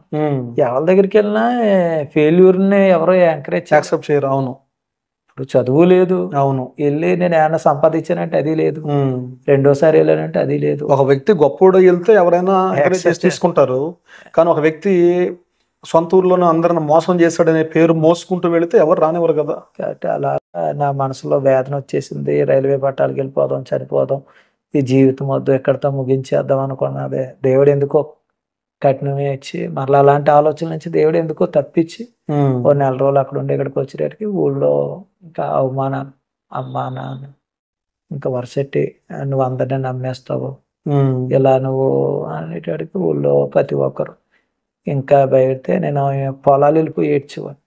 ఇంటికాడ ఉండలేక చుట్టాలు వచ్చిన అదే అందరూ వెళ్ళారు సంపాదించుకుని నువ్వేం చేసి నువ్వు ఎలా బతుకుతావు, ఇంకా ఈ మాటలన్నీ తట్టుకోలేకపోయాను. అప్పుడు దేవుడిని అడగాలి కన్నీటితో, నేను ఉండలేను ఆయన, నాకు ఏదైనా జాబ్ ఏదైనా చూపించి ఎక్కడికో వెళ్ళిపోతానంటే దేవుని మహాకృప ప్రార్థన చేసిన మరుసటి రోజుకి వాళ్ళకు లేదు ఇంటర్వ్యూ ఉందంటే వెళ్తే అక్కడ ఇంటర్వ్యూలో సెలెక్ట్ అయితే బెంగళూరు టోల్ గేట్ లో ఏదో చిన్న జాబ్కి వెళ్ళిపోయి అక్కడ 1 సంవత్సరం టోల్ గేట్ చేశాను కానీ నా మనసు కుదుటలేదు. జీవితంలో ఏదోటి సాధిస్తేనే మనుషులకి విలువ. చుట్టాలింటికి వెళ్ళినా నాకు చాలా అవమానాలు ఎదురై. అంటే ఒక రకంగా చెప్పాలంటే మా ఇంటికి వస్తే ఎస్ అని అంటారు చూడండి, ఆ టైప్ లో చూసేవారు. ఓకే, ఇంకా నాకు అది ఆ మాటలు వింటుంటే కళ్ళంటే నీళ్ళు వచ్చేసి, ఇంకా ఎవరికైనా డబ్బు ఉండాలి లేదా జాబ్ ఉండాలి, అవును, ఏదో ఒకటి ఉంటేనే మనుషులు గౌరవిస్తారని నేను అక్కడి నుంచి 2013లో ఎక్స్చేంజ్ కానిస్టేబుల్ అట్నైతే వచ్చేసాను. ఇంకా అక్కడి నుంచి డైరెక్టర్ వచ్చేసి Sam institute, Kakinada Sam institute లో వెళ్ళాను. రాత్రి పగల్లో దేవుడిని అడుగుతూ ప్రార్థన చేసుకుంటూ చదివాను. నాయన ఇది ఉంటేనే నన్ను విలువిస్తా, లేకపోతే నాకు ఎవరు విలువ, నా కాలు మీద నేను నిలబడాలి అని అడిగితే దేవుడు దయ వల్ల అక్కడ జాయిన్ అవుతాం. హై జంప్, లాంగ్ జంప్ అన్నిటిలో వచ్చిందండి. కానీ మార్కుల్లో మా క్యాస్ట్ ని బట్టి రాత పరీక్షలో 7 మార్కుల్లో పోయిందని చెప్పారు. చాలా బాధపడ్డాను. తల్లిదండ్రులకి ఇంకెవరికి చెప్పుకుంటాం, చాలా వేదన, బాత్రూంలోకి వెళ్ళి ఏడ్చేసింది అని ఉన్నాయి. ఏంటి ఏది పెట్టినా ఫెయిల్యూర్, ఏది పెట్టినా నా వాళ్ళు అన్నదానికి నేను చేసే పనులన్నీ సపోర్ట్ అవుతాను. అప్పుడు నాకు ఇంకా ఏడుపు వచ్చేసింది. ఎవరైనా కాలేజీకి వెళ్తే ఏడుపు వచ్చేది. నా లైఫ్ అంతా ఎలా స్పాయిల్ అయిపోయిందంటే అందరూ వెళ్ళి కాలేజీకి వెళ్ళి చదువుకుంటున్నారు. నా చదువు అంటే ఇష్టం. ఇంటర్ ఫెయిల్ అయిపోయినా నా కారణం చేత వెళ్ళిపోయాను, కానీ చదువు అంటే ఇష్టం, చదువు ఇంట్రెస్ట్ ఉండేది. అయినా నాకు చాలా బాధ అనిపించింది. నాయన నాకు డిగ్రీ చదువుకునే భాగ్యం దయచేయమంటే దేవుడు ఎందుకో ప్రేరేపణ ఇస్తే ఇంటర్ మళ్ళీ ఓపెన్ ఇంటర్ కట్టి పాస్ అయ్యి నేను ఇంటర్ చదివింది ఎంపీసీ, డిగ్రీ తీసుకుంది బీకాం కంప్యూటర్ తీసుకుంది. ఎందుకంటే సిఈసి మళ్ళీ వేరే చదువుకున్నా. అన్ని కొత్త, ఎలా చేయాలంటే ఇంటికాడ ఉంటే అవమానాలు తట్టుకోలేదు. పెనుగొండ వచ్చి పెనుగొండలో 10th వరకు ట్యూషన్ చెప్పుకుంటూ ఒక అద్దెంట్లో ఉంటూ అలాగా నా చదువు మా ప్రారంభించారు. ఇంటర్ చదువుతాను, ఏదైనా చిన్న జాబ్ వస్తుంది కదా, నిలబడాలి. అలాంటి టైంలో నా లైఫ్ టర్నింగ్ అయిందండి. అదే నా లైఫ్ టర్నింగ్. 2013 అక్టోబర్ నెలలో ఒక సేవకులు జాషువా గారు అండి, పాస్టర్ జాషువా గారు, ఒక తెలుగు గారు ఉన్నారు. ఆ తెలుగు శారదమ్మ గారు 20 కూడా మా రూమ్ దగ్గరికి వచ్చారు. ట్యూషన్ చెప్తూ వస్తే ఇలా రాజమండ్రిలో మీటింగ్ జరుగుతున్నా వస్తారన్నాడు. నాకు అంత ఇంట్రెస్ట్ లేదండి అన్నాను. అలా కాదు ఒకసారి రా అన్నాను. సర్లే అని అక్కడికి వెళ్ళాను. ఎందుకంటే ఆ నైట్ నేను ఏడ్చాను దేవుని దగ్గర, నా గదిలో ఏడ్చాను. దానికి దేవుడు ఇచ్చాడేమో అనుకున్నాను. ఎందుకంటే నా వల్ల నా తల్లిదండ్రులకు మేలు జరగలేదు, నా వల్ల నా లైఫ్ బాగోలేదు. అవును. 2 నీ నామానికి మహిమ లేదు. నేను బ్రతకూడదు అయినా చచ్చిపోవాలని ప్రార్థన చేస్తాను. ఇప్పుడు కన్నందుకు వాళ్ళకే లేదు, ఏదంటే రీజన్ చెప్తున్నారు. అదిగో 3 వెళ్ళారు, వాళ్ళు బాగున్నారు, నువ్వు బాకీలు తీర్చుకో. అవును. 2 నా లైఫ్లో నేను ఏం సాధించాను చెప్పుకోవటానికి ఏది లేదు. 3 దేవుని నామానికి మహిమ తెచ్చాను అన్నదే లేదు. ఇంకెందుకు నా జీవితం, చచ్చిపోతాను నాయన, నాకు ఈ జీవితం వద్దని ఆ రాత్రి నేను చాలా ఏడ్చాను. దుఃఖం వచ్చేసి మరుసటి రోజుకి సేవకులు వచ్చారు. సర్లే మీటింగ్లు అన్నారు, బలవంతం చొప్పున. అప్పటికి కూడా రాను అంటూనే నేను ఒంటరికి వెళ్ళిన, ఎక్కడికి వెళ్ళిన ఏదో ఒకటి నా ద్వారా మేలు జరగాలని ఒక కుర్రం తీసుకున్నాను. ఆడ ఉండలేను అంటున్నాడు. మొదటి రోజు మేము ఉండలేను అన్న, 5 రోజులు పాస్కొట్టాలి. ఓకే. కానీ అక్కడికి వెళ్ళిన తర్వాత నాకు ఒక తీర్మానం వచ్చింది. ఎందుకో తెలియని రోజు, నా జీవితం పట్ల నీ చిత్తం ఏంటో చెప్పి ఏదైనా ఇక్కడ తెలియాలి, లేదంటే ఇక్కడే గోదావరి దగ్గరికి ఉంది. మళ్ళీ నేను ఒంటి మనిషికి బయటికి వెళ్ళకూడదు, ఇక్కడే నాకు ఏదన్నా ఒక మార్గం తెరవండి ప్రభు అని ఉపవాసంతో ప్రార్థన చేస్తుంటే ఏదైనా మార్గం చూపించాలి, లేకపోతే ఇక్కడే గోదావరి ఉంది, నేను చనిపోవడానికి సిద్ధమే అని ఆ తీర్మానం మీద వెళ్ళాను. ఇంకా 2013లో ఇంకా నా జీవితానికి ఏదైతే అటు లేకపోతే ఇటు. ఎందుకంటే అప్పటి వరకు అన్నిట్లో ఫెయిల్ అయ్యారు. ఇంకా అది ఏది ఇంక లేదు. కాబట్టి నేను నిర్ణయం తీసుకున్నాను. దేవుడు మహాకృప, మొట్టమొదటిగా దేవుడు నేను చేసిన ప్రతి అతిక్రమాన్ని చూపించాడు. నేను ఒప్పుకున్నాను. దేవుడు పాదాలు పట్టి బ్రతిమలాడడానికి క్షమించమని అడిగాను. ఆయన రక్తంతో నన్ను కడగడం. నేను సిలువు దర్శనం చూశాను, నా జీవితంలో ఎప్పుడూ చూడలేదు. ఆయన సిలువ, ఆయన వేయబడిన సిలువు నేను చూసాను. తట్టుకోలేకపోయాను, కిందడిపోయి ఆ యొక్క వెలుక్కి నేను తట్టుకో కిందడిపోతే అందరూ వచ్చి ఏమైపోయింది ఆయనకి తీసుకొచ్చి మజ్జిగ ఎట్టించి అంటే నేను స్పృహలో లేను. మరలా అలాగే నేను ప్రార్థన చేసుకుంటూ దేవా నా జీవితంలో ఏదైనా ఒక మార్గం తెరవని అంటే ఆయన రక్తంతో నన్ను కడుగుతున్నట్టు, ఆయన దేవదూతల స్పర్శ, ఇవన్నీ నేను అనుభవించాను. ఇవన్నీ దేవుడు గొప్ప వెలుగుతో తాతున్నట్టు. ఇలా కొన్ని దర్శనాలు అక్కడ ఇచ్చారు. నా హృదయంలో ఉన్న బాధ అంతా పోయి తేలికైపోయి అయిపోయిన తర్వాత నేను ఇంటికి వచ్చి నేను నా గదిలోకి వెళ్ళిపోయి ప్రార్థన చేసుకుంటే దేవుడు మాట్లాడుతున్నాను. నేను యవ్వనస్తుల మధ్యన వాడుకుంటా, నువ్వు నా సేవ చేయాలి అని మాట్లాడితే వినగానే ఇంకా నాన్నగారి దగ్గరికి వచ్చి, నాన్న ఎలాగా దేవుడు సేవ పిలుస్తున్నాడంటే ఇంకా ఉన్న పరిస్థితులను బట్టి మరి ఆయన అలా అనుకున్నాడేమో, ఎలాంటి ఇంటికాడ జరగవు, ఇంట్లోంచి వెళ్ళిపోమని. ఇంకా అప్పుడు 2013లోనే కట్టుబట్టలతో పెనుగొండ రావడం జరిగింది. కానీ సేవ అన్నావు కదా నాయన, ఎలా చేయాలి ఏంటి అనేది దేవుడిని అడిగితే దేవుడి దర్శనంలో హాస్టల్ పిల్లలకి వెళ్ళి సువార్త చేయమన్నాడు. ఓకే. హాస్టల్ పిల్లలు నాకెళ్ళి చిన్నప్పటి నుంచి నేను హాస్టల్ చదవలేదు. ఒక సంవత్సరం మా బాపు గారు, వీర బాపు గారు అని, వారు 9th వాళ్ళ ఇంటికాడ 10th చదివాను. ఎందుకంటే వాళ్ళ ఇంటికాడ ఉంటే దగ్గర వాళ్ళ ఇంటికాడ ఉంటే స్కూల్ వాళ్ళు మాత్రం తెలుసు. వాళ్ళైనా నన్ను చర్చికి నడిపించేవారు. అక్కడ వాళ్ళు ఏదో దేవుని తెలుసుకున్నా, అక్కడ కూడా వెళ్ళేవాను, గుళ్ళకి వెళ్ళేవాను. నేను ఎక్కడికి వెళ్ళేవాను, గుళ్ళకి వెళ్ళేవాను. వాళ్ళ దగ్గర కూడా వేసుకోవాలి. కాబట్టి నా భక్తి ఎలా ఉన్నప్పుడు అప్పుడు ఆ రోజు నాన్నగారు దేవుడు ఎలా మాట్లాడి హాస్టల్ అంటే హాస్టల్ తెలియదు నాన్న, ఇప్పుడు వెళ్ళలేదు డాడీ అని నేను దేవుడితో మాట్లాడినాడు. తెల్లారిటాడికి మా ఇంటికాడ హాస్టల్ వార్డెన్ వచ్చాడు. ఓకే. హాస్టల్ వార్డెన్ వచ్చి మీ ఇంటికాడ పిల్లలు ఎవరైనా ఉన్నారన్న. లేరండి అని చెప్పాం. ఎవరైనా ఉంటే చెప్పండి, జాయిన్ చేయండి అన్నారు. ఆయన వెళ్ళిపోయారు. మరలా నేను గదిలోకి వెళ్ళి ప్రార్థన చేసుకుంటే ప్రభువా నాకు మార్గం తెరండి అంటే ప్రభువా అన్నాడు, మాట్లాడుతున్నాడు, నేను ఆల్రెడీ హాస్టల్ వార్డెన్ మీ ఇంటికి పంపించాను, పడుతుంది. క్షమించి. పిలవకుండానే హాస్టల్ వార్డెన్ ఇంటికి వచ్చాడు. ఎందుకు వచ్చాడో మీకు తెలియలేదు, గ్రహించుకోలేదు. అది మరలా ప్రార్థన చేస్తున్నప్పుడు అప్పుడు సోలన పడుతుంది, ప్రభు మాట్లాడుతున్నాడు. ఓకే. అప్పుడు నేను ప్రభు నాకు క్షమించాను ప్రభు, నాకు తెలియదు, సర్లే నేను ఎలాగోలని నేను అది పట్టుకుంటానని మళ్ళీ ప్రార్థన చేసుకుని బయట కూర్చుంటే 2 పిల్లలు నాకు ముందు ఒక తోటలో ఆడుకుంటున్నారు. అప్పుడు ఇదే మంచి అవకాశం నాకు పరిచయం చేసుకుని మా చుట్టాల పిల్లలు వాళ్ళని హాస్టల్లో జాయిన్ చేసి, ఓకే, అలాగే నేను హాస్టల్ పరిచర్య ప్రారంభించడం జరిగింది. అలాగే ఇంట్లో నుంచి బయటకు వచ్చేసి పినోన్ దగ్గర సుబ్బనాయుడుపేట అని ఒక చోట రూమ్ అద్దె తీసుకుని అక్కడి నుంచి మా ఊర్లో కొంతమంది కుర్రోళ్ళు, ఒక కుర్రోడికి మొట్టమొదటిగా సువార్త చేశాను అభిషేకం. ఆ పిల్లోడు అంటే ఫెయిల్ అయిపోయాడు, ఇంటర్ ఫెయిల్ అయిపోయాడు. తల్లిదండ్రులు సంతకం పెడతానికి రావడం లేదు. అతను కొన్ని ఇబ్బందిని బట్టి నన్ను చిన్నప్పటి నుంచి మా ఇంటికాడే కలిసిమెలిసి ఉంటాయి. అన్నయ్య నువ్వు రా అన్నయ్య చెప్పు అన్నయ్య అంటే నేను అన్నాను. ఆ వ్యక్తికి కాలేజ్ దగ్గరికి వెళ్ళి మా తమ్ముడు అంటే బాగా చదువుతాడు, ఈ కానించి చదివించే పూచి నాది అని ఆ భారం నేను వేసుకుని ఆయనకి సంతకం పెట్టి ఆ తమ్ముడిని నేను ఆ గదిలోకి తీసుకెళ్లి ఆయనకి ఏసై గురించి చెప్పి ప్రార్థన చేసి కొత్త ఎంకరేజ్ చేస్తే ఆ కుర్రోడు పాస్ అయిపోయాడు. ఓకే. అలాగే ఆ తమ్ముడిని రక్షణలోనికి నడిపించాను. అలా నడిపించినాడు. ఇంటికాడ పెద్ద గొడవ. ఇంకా ఇంట్లో అంటే ఊళ్ళో ఇదంతా గంభీరంగా పెద్ద గొడవ వచ్చి ఇంటికాడ గొడవ పెడితే మా తమ్ముడు నేనే హైదరాబాద్ లో బట్టల షాపులు బంద్ చేసుకున్నాను. అది ఇంటికి తీసుకెళ్లి పెద్ద పెద్ద గొడవలు ఎట్టిచ్చేస్తున్నాం అంటే అలాగనే నా ఫోన్ చేశారు. నేను అన్నాను, నేను చేసేది ఏంటో ఇప్పుడు తెలియదు, ప్రభు మార్గాలు మీకు తెలియచేసినట్టు మీకు అర్థమవుతుంది అంటే ఇంటికాడ ఇలాంటి గొడవలు పెట్టుకుని నువ్వు ఏదో నువ్వు చేసుకున్నట్టు. మా అమ్మగారు విశ్వాసం అయినప్పటికీ కూడా ఆమెకు నీ పరిస్థితులు బట్టి ఒక మాట అన్నారు. నా మాట నాకు చాలా బాధ అనిపించింది.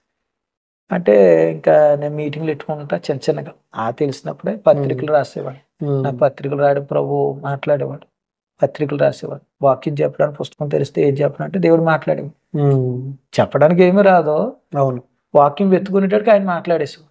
అలా గంటల ప్రార్థన జరిగింది. ఒక వారం నేను తీసుకున్న రూమ్ లో 7 మొదలైన 12 దాకా జరిగింది. అందరం మమేకమైపోయిన ప్రార్థన. కానీ నెక్స్ట్ వారం వచ్చేటప్పటికి భయంకర శోధన. ఎవరైతే రెంట్కి ఇచ్చారో ఆయన మొత్తం రూమ్ లో ఉన్న సామాన్లు రోడ్డు మీద ఆడేసి అర్జెంట్ ఖాళీ చేసాను. ఏం చేయాలో తెలియదు. మన ఊరు కాదు కదా అది, అవును కదా, పక్కన ఎట్టుకుంటానికి అందరు కొంతమంది యవనస్తులు ఉన్నారు, హాస్టల్ నుంచి వచ్చిన. ఏం చేయాలో తెలియలేదు. ప్రార్థన చేయాలి వెళ్ళన్నారు. మీరు పక్కెళ్ళి స్తుతించారు. నన్ను దొంగలా నిలబెట్టారు నా రోడ్డు మీద. అందరు ఇల్లు వాళ్ళు వచ్చి వస్తున్నారు. నాకు బాధ అనిపించింది కేవలం ప్రార్థన చేస్తున్నందుకు. అంటే ఇంకొక రీజన్ కూడా ఉంది. ఏంటంటే ఆ రోజు ఏం జరిగిందంటే మేము చేసిన మిస్టేక్ ఏంటంటే ఆ రూమ్ తాళం వేసి ఆ తాళం చే 2 ఉండేవాళ్ళం రూమ్ లో. అది ఊరు వెళ్ళిపోయి తాళం చెట్టుకి వెళ్ళిపోయి లేదు. దాని గురించి కొంచెం మేము ఏం చేసామంటే ఈయన అడిగితే ఈయన మాకు సరైన ఆ పరిస్థితులు అనుకూలించారు. దానికి ఏం చేసి మా రూమే కదని తాళం బదులుగొట్టు ఇవన్నీ అతను మనసులో పెట్టుకుని చేస్తాడు. కానీ దేవుడు చేసిన అద్భుతం రాత్రి మర్చిపోలేదు. అలాగా నన్ను ఎలా నిలబెట్టారు, 6ంటికి 7ంటిగా నిలబడ్డాను, 9 దాకా నిలబడ్డాను. నేనంటాను ఈ రోజు ఏదైనా రోడ్డు మీద ప్రార్థన జరుగుతుంది. 2వ వారం స్టార్ట్ చేశారు. 7 మంది ఉంటాం. అలా జరిగేటడికి అప్పుడు రోడ్డు అంటే వెళ్ళే ఒక వ్యక్తి ఆగాడు. ఆగి ఏంటమ్మా ఎలా ఉన్నారు, ఇలా జరిగిందంటే ప్రార్థన పెట్టుకొని పూటకి ఎలాగా ఆపారంటే, అంటే మీ ప్రార్థన నాకు తెలుసు, ఈరోజు నీ గదిలో చేసే ప్రార్థన బయటికి వినపడేది, నీ ప్రార్థన బాగుంది కాబట్టి ఈ రాత్రికి మీకు అవకాశం ఇస్తాను, దేవ వందనాలు నాయన దూరం తెచ్చావు అని నేను అలాగా ఆనందించాను. ఆ రాత్రి తీసుకెళ్తే దేవుడు మహాద్భుతం అండి. ఒక దూరం తీసుకెళ్ళి ఒక బిల్డింగ్ పైన రేకుల షెడ్, ఆ రేకుల షెడ్ లో ఖాళీగా ఉంది, అది ఓపెన్ చేయలేదు, ఇప్పటి నుంచి ఓపెన్ చేద్దాం. వాళ్ళ సేవకులు కుటుంబం అంట మాకు తర్వాత తెలిసి. వాళ్ళు అన్నారు ఈ రేకుల షెడ్ వాడుకోండి అన్నారు. దేవుడు మహాకృపడు యవనస్తులుగా మేము ఆ రేకుల షెడ్ ఓపెన్ చేయమని ఓపెన్ చేసాము. ఆ రోజు నుంచి మొదలెట్టిన పరిచయం 6 నెలలు సెలరీ ఇచ్చారు. ఓకే, దేవుని స్తోత్రం. అంటే నేను అనుకుని ఒక్క పూట గడిస్తే వచ్చే వారం రెంట్ తీసుకుందాం అనుకున్నా వేరే ఇల్లు. కానీ దేవుని అద్భుతం 6 నెలల పాటు అవకాశం దొరికింది. పాఠాలు పత్రికలు పంచి పెట్టుకునే వాడిని. ఫస్ట్ ఇయర్ సంవత్సరం కాలేజీకి వెళ్ళాను కానీ సెకండ్ ఇయర్ నుంచి వెళ్ళలేదు. ఇంకా ఈ పరిచయలోనే చిన్న చిన్న మీటింగ్లు పెట్టుకుంటుండేవాడిని. వీధి కోటాలు పెట్టుకుంటుండేవాడిని. ఇలాగ జరుగుతున్న సందర్భాల్లో మా ఊర్లో ఒక్కొక్కరిని తీసుకెళ్ళి, అప్పుడు నాకు అభిషేకం లేకపోవడం వల్ల బాప్తిస్టులు వేరే సేవకుల చేత ఇప్పించడం, ఇలాగ కొంతమంది టీం తయారయ్యారు. హాస్టల్లో సువార్త చేయడం, ఏదో వాళ్ళకి మెడిసిన్ కాలితే మెడిసిన్. ఇలాంటి టైంలో మొదట నేను ఇంటర్లో చేసిన సేవకులు జాన్ విక్టర్ గారు అని, ఆయన బిలివిర్ చర్చి నుంచి, ఆయన మా ఊరు నుంచి వెలగొట్టిన తర్వాత వేరే ఊర్లో చేసుకున్నారు. ఆయనకి తెలిసింది నేను సేవ చేస్తున్నాను. చాలా సంబరపడిపోయి, మమ్మల్ని నా ఊర్లోంచి వెళ్ళగొట్టిన నువ్వు నిలబడ్డావు, దేవుడు నిలబెట్టాడు, సంతోషించుంటారు. సంతోషించి వాళ్ళ చర్చిలో సండే స్కూల్ నడుపుతాను కేసు. అప్పుడు నేనేం చేశాను, వాళ్ళ చర్చిలో సండే స్కూల్ చెప్పినందుకు 100 రూపాయలు ఇచ్చాను. ఆ 100 రూపాయలు తీసుకుని ఓ 50 రూపాయలు స్నాక్స్, పెట్రోల్కి ఒక చిన్న బండి కూడా తీసుకున్నాం, దూరం అవుతుంది. ఫస్ట్ సైకిల్, ఒక సంవత్సరం ఒకరు సైకిల్ ప్రేరేపించబడి ఒక ఆయనే మా సేవను చూసి సైకిల్ ఇచ్చాడు. సైకిల్ ఒక సంవత్సరం చూసిన తర్వాత సైకిల్ తీసేసుకున్నాడు ఆయన. అలా ఆవిడ తెచ్చేయమంటుంది. తర్వాత నేనే అనుకున్నాను ఇదంతా ఇబ్బంది అవుతుంది కదని 6 ఏళ్ళు ఎట్టి టీవీఎస్ పెట్రోల్ తీసుకుంటే 50 రూపాయలు దాని పెట్రోల్, 50 రూపాయలు వీళ్ళకి స్నాక్స్. ఎందుకంటే సండే స్కూల్ పిల్లలకి ఏదైనా ఎడితేనే అంటారు. అలా గడిపోను. కొంత ఆకలేసిన కొన్ని అలాంటి బాధలు కొన్ని తట్టుకుని అలా సేవ చేస్తే ఇంకా ఇంప్రూవ్మెంట్ అయింది. ఆ టైంలో మా గ్రామంలో సేవ చేయాలని ప్రభు మాట్లాడితే మా గ్రామంలో సేవ కూడా ప్రయత్నాలు చేస్తాం. అక్కడ కూడా కొన్ని వ్యతిరేకతలు, కొన్ని సమస్యలు మాకు బాగా ఎదురైనాయి. ఎందుకంటే ఊళ్ళో ఇలాంటి పరిస్థితులు. కానీ ఒకటి, దేవుడు బలంగా వాడుకున్నాడు. మా ఊర్లో జరిగిన మొట్టమొదటి అద్భుతం ఏంటంటే, ఒక ఆవిడకి బ్రెయిన్ క్యాన్సర్ వచ్చింది. హాస్పిటల్ తీసుకెళ్ళినా కొంచెం చెప్పలేమని చెప్పారు. అప్పుడు ఆమె నన్ను కోరెట్టేవారు, నన్ను గుర్తించేవారు. ఈ అబ్బాయి ప్రార్థన చేస్తే ఇలాంటివి జరుగుతాయి. చాలా కాలం తర్వాత మీ ఊర్లో ఈ అబ్బాయి ప్రార్థన చేస్తే కొన్ని కార్యాలు జరుగుతున్నాయి అనే గుర్తింపు మాత్రం వచ్చింది. సో ఆమెకి బ్రెయిన్ సమస్య వచ్చినప్పుడు మీకు కబురు చేశారు, పిలిస్తే ఇంటికి వెళ్ళి ప్రార్థన. అప్పుడు కూడా నేను ప్రార్థన చేస్తాను కానీ నా తమ్ముల్ని ఇద్దరు నెట్టుకుని మన కాపలు. ఎందుకంటే ఎక్కడ కనబడితే అప్పుడు పెద్ద మనుషులు వాళ్ళు పట్టుకుందాం, ఎప్పుడు దొరుకుతాడో పట్టుకుందాం, సంఘంలో లాతమో సంథింగ్ వాళ్ళు ఏదో పనిష్మెంట్ ఇవ్వాలి. అలాంటి సిచ్యువేషన్ లో ఆమెకి వెళ్ళి ప్రార్థన చేశాను. తర్వాత ఆమె రేపు ఆపరేషన్ చేస్తానంటే రాజమండ్రి స్వతంత్ర హాస్పిటల్ అక్కడికి మళ్ళీ అక్కడికి వెళ్ళాను. అక్కడికి వెళ్తే ఆమెకు ప్రేర్ చేయడం, అక్కడి నుంచి క్యాన్సర్ అని కొంతమంది ప్రార్థన చేయించుకుని వచ్చాం. కానీ దేవుడు అద్భుతం, చనిపోతున్న ఆమెను దేవుడు బతికించాడు. నిజంగా సాక్ష్యం చాలా దేవుడు గొప్ప కార్యం. అక్కడి నుంచి ఇంకా ప్రార్థనలు, ఇంకా అలాంటి గొప్ప కార్యాలు. ఇంకో కార్యం ఏంటంటే ఉన్నతమైన కార్యం, నేను అసలు మర్చిపోలేను. అది మా ఊళ్ళో మా పెద్దనాన్నగారని, మా పెద్దనాన్నగారు అంటే మా ఇంటి పేరుటోళ్ళే, అంటే అన్నదమ్ముల బిడ్డలు కాదు కానీ వేరొకరు. ఆయన భవానీ మాలేసుకుని ఉండేవాడు. భవానీ, ఇంకా ఏమంటారు సత్యసాయి బాబా. వాళ్ళతో పాటు చిన్నప్పుడు భజనలకు వెళ్ళేవాడిని. నన్ను భజనలు ఎక్కడ భజనలన్నా ముందుండేవాడు. భజనలు ఇవన్నీ కార్యక్రమాలు అంటే చాలా ఇంట్రెస్ట్ ఉన్నాను. ఆయనతో పాటు తిరిగాం. ఆయన తిరిగితే ఆయనకి క్యాన్సర్ సంథింగ్ ఏదో వచ్చింది. ఆయన ఆల్రెడీ మంచి అనమాట, గురుస్వాములు ఇంకా టాప్ అనమాట. ఊళ్ళోనే మంచి 3-4 గుళ్ళని ఇంట్లోంచి బయటకు రాలేని ఒక కులస్తులు ఆడడం కూడా తీసుకొచ్చి తెల్లరగట్ల ఏమంటారు ఊరంతా తిరిగి అంతే అంత ఇన్ఫ్లుయెన్స్ ఉన్న వ్యక్తి. ఆ వ్యక్తికి ఎలా జరిగింది, నాకు కవరెడితే నాకు ఎలాగని చూడగానే పైపులు మొత్తం హైదరాబాద్ తీసుకెళ్ళి ఒంటి నిండా ముక్కులు వెంటిలేషన్ మీద ఉంచుంటారు. ఇవన్నీ పైపులు, స్మెల్ వస్తుంది, భయంకరమైన స్మెల్ వస్తుంది. చివరి స్టేజ్ అనమాట. వెళ్ళేటాడికి అలా తీసుకెళ్లారు. నన్ను ప్రార్థన చేయమని. ఇప్పుడు చిన్నప్పటి నుంచి ఆయన దగ్గర ఎదిగిన వ్యక్తి. అవును కదా. ఇప్పుడు ఆయనకి నాకు సువార్త చేయాలని భారం ఉన్నా కానీ నాకు ధైర్యం సరిపోతలే. ఆయన చెప్తే భజన చేసాం, ఆయన చెప్తే యాత్రలు తిరిగాం, ఇన్ని తిరిగాం. ఆయనకి ఎలా చేస్తాను, నాకు ఏ అర్థం కలదు. లేసి కూర్చోబెట్టారు జాయిగా. మన పెద్ద మండపం, ఎంట్రన్స్ లోనే భయంకరమైన మండపం. నాకేం చేయలేదు. ప్రభా ఏం చేయాలంటే ప్రభా అన్నాడు, ప్రార్థించాను. ఇంకెలాగా ఆయన మోకాలు ఆడ అలా కూర్చుంటే కింద మోకాలు వేసి ప్రార్థన చేసి, ఆ ప్రార్థనలో సువార్త, నాయన నువ్వు నిజమైన దేవుడు, తిరిగి ఏదో చేసుకుంటారు, క్షమించండి, మీరే నిజమైన దేవుడు తెలుసుకునేలాగా రక్షణలోకి నడిపించుకోండి. అలాగా ఈ కుటుంబాన్ని నిలబెట్టుకుని ప్రార్థన చేస్తే కళ్ళు తెరిచేటికి ఆశ్చర్యం, ఆయన కళ్ళంటే నీళ్ళు వస్తాయి. దేవుడు శుద్ధాత్మ దేవుడు కార్యం చేసిన తర్వాత ఉన్నతమైన మేలు ఏంటంటే వారం రోజులకి స్వస్థత పొందుకుని వాళ్ళ మనవని తీసుకుని చర్చికి వచ్చేసారు పెనుగొండ. అస్సలు అది జరగదు. మామూలుగా ఏంటంటే ఆయన మొత్తం బాడీ అంతా ఈ పైపు దశ, వాళ్ళకు కూడా నమ్మకం లేదు. కానీ అది జరిగింది. ఇది చెప్పే ముందు ఒకసారి ఒకటి మర్చిపోయాను ఏంటంటే, ఈలోగా మా నాన్నగారు నన్ను ఇంట్లోంచి వెళ్ళిపోమన్నారు కదా, సంవత్సరంన్నరకి మా నాన్నగారికి దేవుడు ప్రభు దర్శనం చూపించి ఆయనంతటా ఆయనే పెనుగొండకి దూరంగా ఒక స్థలం మా మామయ్య గారు వాళ్ళు కొన్నారు, ఇతర దేశాల్లో ఉన్నారు. వాళ్ళు కొన్న తర్వాత వద్దన్నారు. ఏం చేయాలని ఆలోచన వచ్చినాడు. ఆ పెద్దోడికి అక్కడక్కడ పెట్టుకుంటున్నారు, ఎక్కడెక్కడ అప్పుడు నాకు గొడవలు ఈ ఊళ్ళో. ఈ వీధిలో పెడితే కాంగోలన్నీ బయటకు గెంటేసి పోలీస్ కేసు, ఈ వీధిలోంచి వెళ్ళిపోతే వేరే వీధిలో ఇలా జరుగుతుంది. మరి వాళ్ళకి ఎలా తెలిసిందో మొత్తం మీద ఆ స్థలంలో చిన్న గేదెలు పాకేసి ప్రార్థన పెట్టుకోమన్నారు. నేను నమ్మలేదు. ఎందుకంటే ఇంట్లోంచి వెళ్ళిపోమన్న వ్యక్తి దీనికి ఎలా సపోర్ట్ చేయాలి? ఇంట్లో నుంచి అసలు ప్రార్థనకి వెళ్ళొద్దు అన్న వ్యక్తి, ఇంట్లో నుంచి వెళ్ళిపోమన్న వ్యక్తి ఇప్పుడు పాకేసుకొని దాంట్లో ప్రార్థన పెట్టుకోమని చెప్పంటున్నాడు. ఆశ్చర్యమే కదా. ఆశ్చర్యం వేసి నేనేం చేశాను, నన్ను సండే స్కూల్కి చెప్తాను కదా, ఆ సేవకుని పిలిచాను. ఓకే. మా నాన్నగారు ఎలా చెప్పారో ఎలాగంటే ఆయనతో పాటు ఇంకో సేవకులు వచ్చి అసలు ప్రార్థన చేద్దాం, నువ్వు ఎందుకు అలా వెనకెత్తున్నావు? నేను నమ్మతలేదు. ఎందుకు నువ్వు వెనకాడుతున్నావు?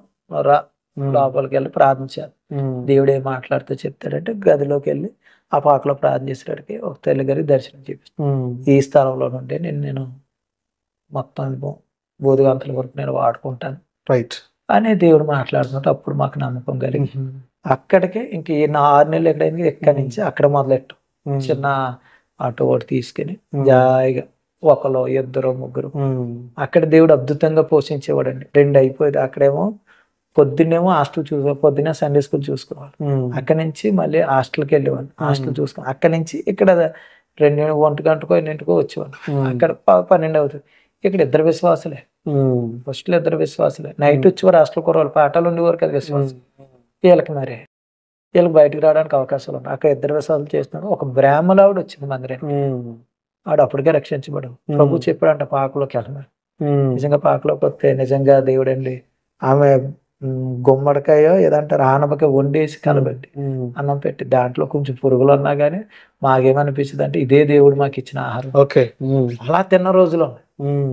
అది మాకు ఆనందం. ఇంకా అది ఎలా ఉందని పక్కన పెడితే ఆ దేవుడు మా కోసం ద్వారా దేవుడు మమ్మల్ని కొంత ఆకలి తీర్చి తర్వాత ఇలాగ మా నాన్నగారు మారిన తర్వాత ఆయన కూడా మందిరానికి రావడం ప్రారంభించారు. తర్వాత హాస్పిటల్ స్వస్థపరచబడటం. ఇప్పుడు ఈ మా ఊర్లో మారిన పంతులు ఉన్నారు కదా, ఈయన అక్కడికి వచ్చాడు. వచ్చి నెతుక్కుంటూ వచ్చేసి లోపలికి వచ్చి ఇలా కూర్చున్నాడు. చిన్న గుడుసు ఇలా కూర్చుంటే ఆయన సాక్ష్యం చెప్పాడు. తను లేచిపోయి అన్నాడు, యేసు స్వామి నన్ను బతికించాడు, మా పెద్దోడు ప్రార్థన చేశాడు, దేవుడు నన్ను బతికించాడు, దేవుడు ఉన్నాడు, ఆయన నిజమైన దేవుడు అని చెప్పి ఈ గుడిసెని నేను ఎలా ఉంచాను మార్చేస్తున్నాను. అప్పుడు నేను మైక్ తీసుకున్నాను, మీరు గుడిసెని మార్చొద్దు, సంఘం అయింది, ఆయన చేసుకుంటాడు దేవుడు మందిరం పని, మీరు మారు మనసు బాప్తీసం తీసుకోండి, ఇది మీ ఆత్మకు ఇప్పుడున్న పరిస్థితి క్షేమం చెప్పి అవసరం. అలాంటి గొప్ప గొప్ప కార్యాలు మా ఊర్లో జరిగినాయి. ఇంకా చాలా ఉన్నాయి ప్రాముఖ్యమైన. అలాగా దేవుడు ఊర్లో చేసినట్టుగా 2013లో ప్రారంభించాం, కానీ 14 సేవకు వచ్చు. 14 సేవ. అదే ఈ ఒడిదుడుకుల మధ్య సర్దుకొని సేవలో నిలబడి జరిగి 2015లో 16లో దేవుడి దర్శనం ఇచ్చారు. కోయిటపడాలని వెళ్ళి ప్రారంభించు. ఇంటి పైన పైన వేస్తే దేవుడు మహాకార్యం 50 మంది దాకా వచ్చు. ఇంకా బంగి చాలా మంచిది. 2017 జాన్యువరి 1 కృతజ్ఞత కూడికి పెట్టాను. కృతజ్ఞత కూడికలో ఆయన ఒక సేవకులు పిలిచాం, బావగారు అని. ఆయన మాకు చాలా సాయం చేశారు. ఆయన గురించి ఒక మాట చెప్పాలి. నేను పత్రికలు పంచిపెట్టుకుంటూ తిరుగుతానండి, ఎక్కువ పత్రిక పరిచయం. భీమవరం, తణుకు, పాలకొల్లు, రాజమండ్రి, ఇంకా మొత్తం చుట్టుపక్కల చాలా ఏరియాలు తిరిగేసాను. నా ఆలోచన ఏంటంటే నేను చాలా పత్రికలు రచన చేస్తున్నా. నాతో ఉన్నాడు పిలుపు వస్తే, శాశ్వతమైన ప్రేమ, విజయం నీదే, ఇంకా కొన్ని పత్రికలు, అలాగే ఎంత గొప్ప సాక్షి సమూహం అని 2018లో బుక్. ఇలా కొన్ని ప్రభు ఏదైతే మాట్లాడుతున్నా రాసుకుంటా ఎక్కువ సువార్త చేశారు, వీధి సువార్తలు ఎక్కువ చేశారు. అలాంటి సమయాల్లో ఒక ఆయన భీమవరం నుంచి వచ్చేస్తుంటే సింగపూర్ మా ఫ్రెండ్ వాళ్ళు బావగారు అనమాట, వాళ్ళు పరిచయం చేశారు. పరిచయం చేస్తే నేను అంత పట్టించుకోలేదు, ఎక్కడ సేవ చేస్తున్నాను ఏంటంటే ఎలాగన్నా. తర్వాత ఆయనతో దేవుడు మాట్లాడాడు. మాట్లాడితే ఆయన వచ్చి 2 సౌండ్ బాక్సులు ఇచ్చాడు. 4 బాక్స్. ఇప్పుడు కొనే పరిస్థితి లేదంటే చిన్న చిన్న మీటింగ్లు పెట్టుకుంటున్నా, జాయిగా డబ్బులు ఇద్దు కానీ అని. అలాగా ఆయన అప్పటి నుంచి నాకు ఇంట్లో సపోర్ట్ లేకపోయినా నాకు ఇక్కడికి వచ్చిన తర్వాత కొన్ని రోజులు ఏడ్చాను. దేనికి ఏడ్చానంటే ఇంట్లో సేవకులు లేరు, ఇక్కడ ఒక ఆత్మీయ నాయకులు లేరు, నన్ను భయపెట్టేవాడు లేడు, బెదిరించేవాడు లేడు, ఆదరించేవాడు లేడు. నాకు చాలా ఏడుపు వచ్చేసి, ఎందుకంటే ఈ అనుభవాల్లో నుండి ఆ చెప్పుకోవటానికి ఎవరు ఉండేవారు కాదు. చాలా వేదన చేసేవారు, ఒంటరి పోరాటం. ఈ పరిస్థితుల్లో ఆయన నాకు హెల్ప్ అయ్యారు. ఆయన అంతటా ఆయన వచ్చి ఆ ఏరియాలో ఎప్పుడు సువార్తకి వెళ్ళినా చిన్న పులిహోర బాక్స్ ఎత్తుకుని నాతో పాటు 2 కుర్రాళ్ళని తీసుకుని వెళ్ళిపోయి పంచిపెట్టుకున్నాను. నాకుండే ఆలోచన ఏంటంటే ఎక్కడ పరీక్షలు పెడతారో అక్కడ నలుమూలల నుంచి వస్తారు. ఓకే, ఉత్తప్పుడైతే తక్కువ మంది ఉంటారు. ఆ టైంలో నేను ఓ 10 పాంప్లెట్లు వేసేసి ఇంకా ఆ సెంటర్లో నిలబెడతాం, పులిహోర తినేస్తాం, 2 కుర్రాళ్ళు వేసుకుని సిగ్గుపడకుండా. చాలా వ్యతిరేకతలు వచ్చినాయి. అలాగ మారిన వాళ్ళు చాలా మంది ఉన్నారు. అలాగా మాకు వ్యతిరేకంగా ఫోన్ కాల్ బెదిరించే వాళ్ళు అన్నీ చూసాం. ఆయన ఆపలేదు. ప్రభు కొరకు వచ్చాం, తాడోపేడో ప్రభు చూసుకుంటాను. ఎందుకంటే నేను సేవలోకి వచ్చే ముందు దేవుడు నన్ను పిలిచినాడు 2 అడిగాను. ఇది చెప్పడం మర్చిపోయాను. నువ్వు ఎవరి కాలంలో సేవకు రావాలంటే దేవుని 2 కోరికలు అడిగాను. ఇచ్చాడని నమ్మి విశ్వాసంతో వచ్చాను. 1, ప్రభు నా జీవితంలో చనిపోయేంత వరకు వెనక్కి తిరిగి చూడకూడదు, ఇది నాకు దయచి. 2, ఒకరి దగ్గర చేయి సాపి అడిగే పరిస్థితి నాకు. ఎందుకంటే సేవకులు అంటే ఒక గిల్టీ ఫీలింగ్. అవును, చాలా మంది అట్లా అనుకుంటున్నారు. సేవకులు అంటే వాళ్ళు బ్రతకలేక ఇంటింటికి తిరిగి జనం ఇచ్చే వాటిని తినటం కోసం అలవాటు పడి మాయ మాటలు చెప్పి బతకటం కోసం చూస్తున్నారు అనేటువంటి ఒక చిన్న చూపు సమాజంలో ఉంది. ఎందుకంటే ఆల్రెడీ ఫెయిల్యూర్ ఏ దారి లేక దీంట్లోకి వెళ్ళిపోయాడో అవును అన్నది మచ్చ నాకు రాకూడదు. ఎవరి దగ్గర 1 రూపాయి అడగకూడదు. నాకు అలాగే సార్ ఆ రోజు నుంచి నేటి వరకు ఓ మీటింగ్ పెట్టిన, 10 మంది భోజనాలు పెట్టిన, పేదలు చేస్తున్నాం. అన్ని రకాలుగా దేవుడు కృప చూపించాడు. ఇప్పుడు అంటే సముదించాడు. ఒకప్పుడు ఏమీ లేని పరిస్థితి. ఒకసారి మీటింగ్ పెడితే ఆర్కెస్ట్రాకి లాస్ట్ వరకు భోజనం కానుకోవడానికి లేదు, ఏం చేయలేదు తెలుస్తలేదు. ప్రార్థన చేస్తుంటే దేవుని అద్భుతమండి. ఆ మీటింగ్ లో నేను మొత్తం ఏ మీటింగ్ పెట్టినా రక్త సంబంధికులు అందరినీ కలిపేసేవాడు. అలా కలిపేయడం నాకు చాలా ప్లస్. ఎందుకంటే ఈ సువార్త ఒక్కడితో అవ్వకూడదు. నా రక్త సంబంధికులు అందరికీ నేను చెప్పుకోవాలి, వాళ్ళందరిని రక్షించుకోవాలని ఆశ ఎక్కువైంది, భారం ఎక్కువైంది. వాళ్ళందరినీ కలిపి ఏదో ఒక మీటింగ్. క్రీస్తు నమ్మకం ముందు అయితే పుట్టినరోజుని హైలైట్ చేసుకోవాలి. ఎందుకంటే పుట్టినరోజు అంటేనే వస్తారు. సింగపూర్ లో కూడా నా పుట్టినరోజు అంటేనే చాలా మంది వస్తే అక్కడ 70 మంది వంట చేసి భోజనాలు పెట్టి అక్కడ ఇక్కడ కానీ అక్కడ కానీ ఏది చేసినా అందరినీ మిళితం చేసి ఏదంటే ఒక వార్త వెళ్తారు. కొంతమంది దాంట్లో వింటారు, దేవుని గురించి తెలుసుకుంటారు ఆలోచన. మా బంధువుల్ని స్నేహితులు కలిపి అలాగా మొగల్తూరులో మా పెద్దమ్మ గారి ఫ్యామిలీలో వాళ్ళ ఎంత ఆత్మీయ ఎంత భక్తి అంటే నాకన్నా ఎక్కువ. అక్కడి నుంచి విజయవాడ నడిచి వెళ్ళిపోవారు. అంటే మీరు తెలుసుకోక ముందే వాళ్ళు దేవుని తెలుసుకున్నట్టు కాదా? అందరూ హిందూ బ్యాక్గ్రౌండ్. ఓకే, అంటే అక్కడి నుంచి భవానీ మాల వేసుకుని విజయవాడ వెళ్ళేవారు. ఓహో, వీళ్ళు అన్యులుగా ఉన్నప్పుడు అంత అలాగా పూజల కొరకు అక్కడికి వెళ్ళేవాళ్ళు, అంత భక్తిగా నిష్ఠగా ఉండేవాళ్ళు. మా పెద్దనాన్న గారు సంఘ పెద్ద, పెళ్లిళ్ళు మొత్తం ఆ టైప్ లో పెద్ద కేటగిరీలు అన్నమాట. మా కుటుంబాలన్నీ అలాంటివి, మోతుబర్లు అంటారు కదా ఆ టైప్. అలాంటి వారిని అందరినీ పిలికొస్తే మా చెల్లి వచ్చింది ఫస్ట్ టైం మీటింగ్. ఆ మీటింగ్ కి ఇలాంటి మే నెలలో 10 సంవత్సరం మే నెల మీటింగ్. ఆ మీటింగ్ లో మా చెల్లి గారు రక్షించబడ్డారు. నాకు చాలా సంతోషం అనిపించింది. ఆ రోజు ఇంకో మాటలో చెప్పాలంటే ఆఖరి రోజు మీటింగ్ కి కానుక ఇవ్వడానికి లేనప్పుడు నేను ఏం చేయాలని ప్రార్థన చేసుకుంటే దేవుడి చెల్లితో మాట్లాడాడంట. మరి ఏం చేసింది ఏంటో తెలియదు, అట్టుకొచ్చి 7,000 రూపాయలు చేతులు పెట్టింది కానుక. అసలు ఊహించలేదు, మీరు ఊహించలేదు. ఆ కుటుంబం నుంచి ప్రార్థన రావటమే అసలు ఆశ్చర్యం. కానీ తను వచ్చి 7,000 రూపాయలు కానుక ఇచ్చింది. ఆ రోజు నాకు ఆ మీటింగ్లకి సరిపోయింది. అంటే ప్రతిదీ విశ్వాసం. ఇంట్లో చెప్పేవాడిని కాదు, బయట చెప్పేవాడిని కాదు, ఎవరికి చెప్పేవాడు. చేతిలో రూపాయి లేకుండా కార్యక్రమం మొదలు పెట్టేవాళ్ళు. కానీ సక్సెస్ అయ్యేది దేవుడి కృప. ఏదో రకంగా ఎలా వచ్చిందో ఎలాగెళ్ళేదో తెలియదు. అందరికీ అది ప్రశ్న, ఎలా చేసేస్తున్నాడు, ఎక్కడి నుంచి వస్తుంది, ఎవరైనా సపోర్ట్ ఉన్నారు వెనకాల. చాలా మంది అడిగేవారు, ఎవరు అడిగినా ప్రభు ఇవ్వండి అంతే. ప్రభే ఈ రోజు వరకు నిలబెట్టుకున్నారు. అవును కదా మరి. అలాగా దేవుడి కృపను బట్టి మా చెల్లి రక్షించబడతాం. మా చెల్లి నన్ను తీసుకెళ్లి వాళ్ళ ఇంటికి మీటింగ్ పెట్టింది. ఓహో, ఎక్కడి నుంచి అక్కడికి వచ్చిన మీటింగ్ పెడితే అక్కడ ప్రార్థన చేసి అక్కడ వాక్యం నిలబడి దేవుడు బలమైన అభిషేకం. ఒక రోజు నేను అభిషేకం కొడుకు ప్రభుని అడిగాను, ఈ మాట చెప్పాలి దానికంటే ముందు. ఓ రోజు ఇదే పాకలో వినాయక చవితి రోజున పాఠాలు ప్రార్థన పెడితే ఒక సేవకుని పిలిచాను. అప్పుడు నేను అభిషేకం పొందుకున్నాను కానీ బాప్తిస్మం ఇవ్వాలంటే నాకు కొంచెం ఏదో గిల్టీ ఫీలింగ్ ఉండేది. మనం ఇంకా స్థాయికి వెళ్ళలేదు అన్న ఫీలింగ్ తోటి వీళ్ళకి సువార్త చెప్తూ ఉంటే ఆ రోజు సేవకు 8 మంది ముందుకు వచ్చారు బాప్తిస్మం తీసుకుంటారు.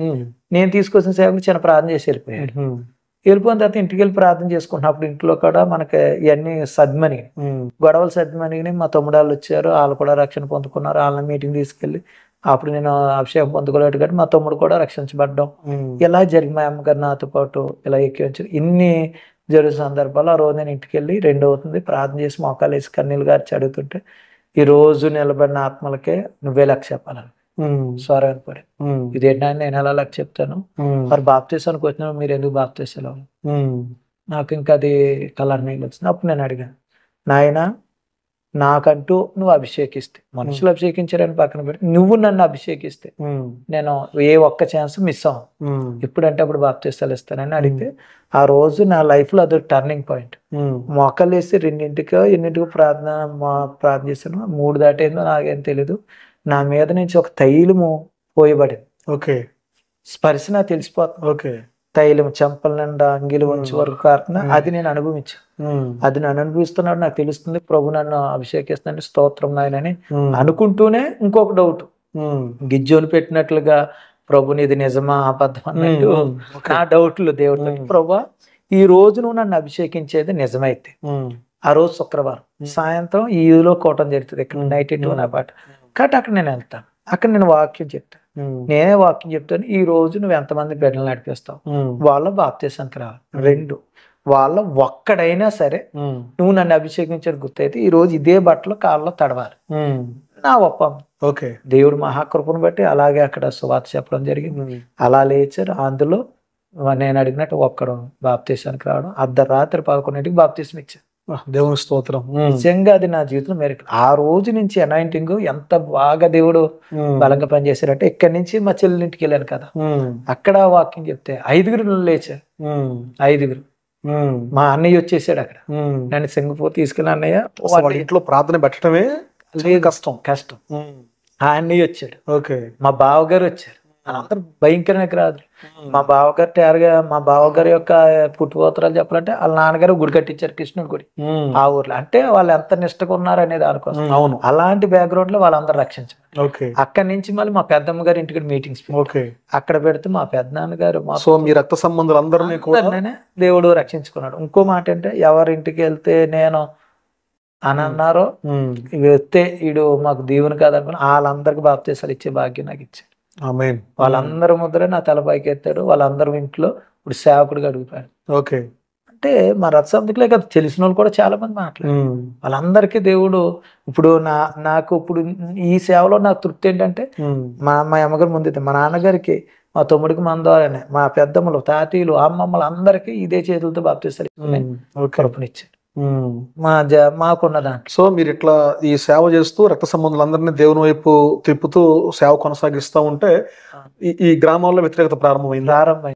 ఇప్పుడు నేను చెప్పేది అంటే 2011లో మా ఇంటికాడ మారి అక్కడ ప్రార్థన పెడుతుంటే ఊళ్ళో వాళ్ళందరూ వచ్చి స్వామిలు వచ్చేసారు. పెద్ద గొడవ చేశారు. ఎంత పెద్ద గొడవ అంటే ఇంకా వాళ్ళు వచ్చి వార్నింగ్ ఇచ్చారు. జాన్యువరి 1 జరిగింది. జాన్యువరి 3 పెద్ద ఇది ఏమంటారు పంచాయతీ పెట్టారు. రచ్చబండ అంటారు కదా, రచ్చబండ. ప్రార్థన పెట్టినందుకు రచ్చబండ దగ్గర పంచాయతీ పెట్టారు. పెడితే నన్ను మా నాన్నగారిని మా తమ్ముని పిలిచారు. వెళ్ళాము. వెళ్తే భయంకరమైన మాటలు. ఊళ్ళో ప్రార్థన పెట్టి ఫలం అయితే ఏ సంబంధాలు ఉండవు. లేదు మానేసి ఊళ్ళో ప్రార్థన పెడితే ఏ సంబంధాలు ఉండవు, వెళ్ళేస్తున్నామని ఊళ్ళో నుంచి మిమ్మల్ని బహిష్కరిస్తున్నాం. ఏ ఉపయోగాలు ఇప్పుడు పండ్లకు పిల్లము, కిరణా సరుకులేమో, ఇంకా ఊర్లో ఏ పెళ్లి అంటే ఊళ్ళో ప్రార్థన పెడితే మీరు దేంట్లో మీకు సంబంధం లేదు, వెళ్ళేస్తున్నాం, మీరు కొనటానికి లేదు, తినటానికి లేదు, మీ ఇళ్ళకి ఎవరో రాము, మా ఇళ్ళకి మిమ్మల్ని పిలవము, శుభకార్యాలకు కానీ A to Z అని చెప్పిన. అప్పుడు నేను మాకు ప్రభువే కావాలన్నా. అప్పుడు ఏమన్నారు, అప్పుడు దాకా మాట అప్పుడు మాట తిప్పారు. మళ్ళీ కుర్రోడు మాటలు ఎక్కలేదు, వాళ్ళ నాన్న తీసుకురాను.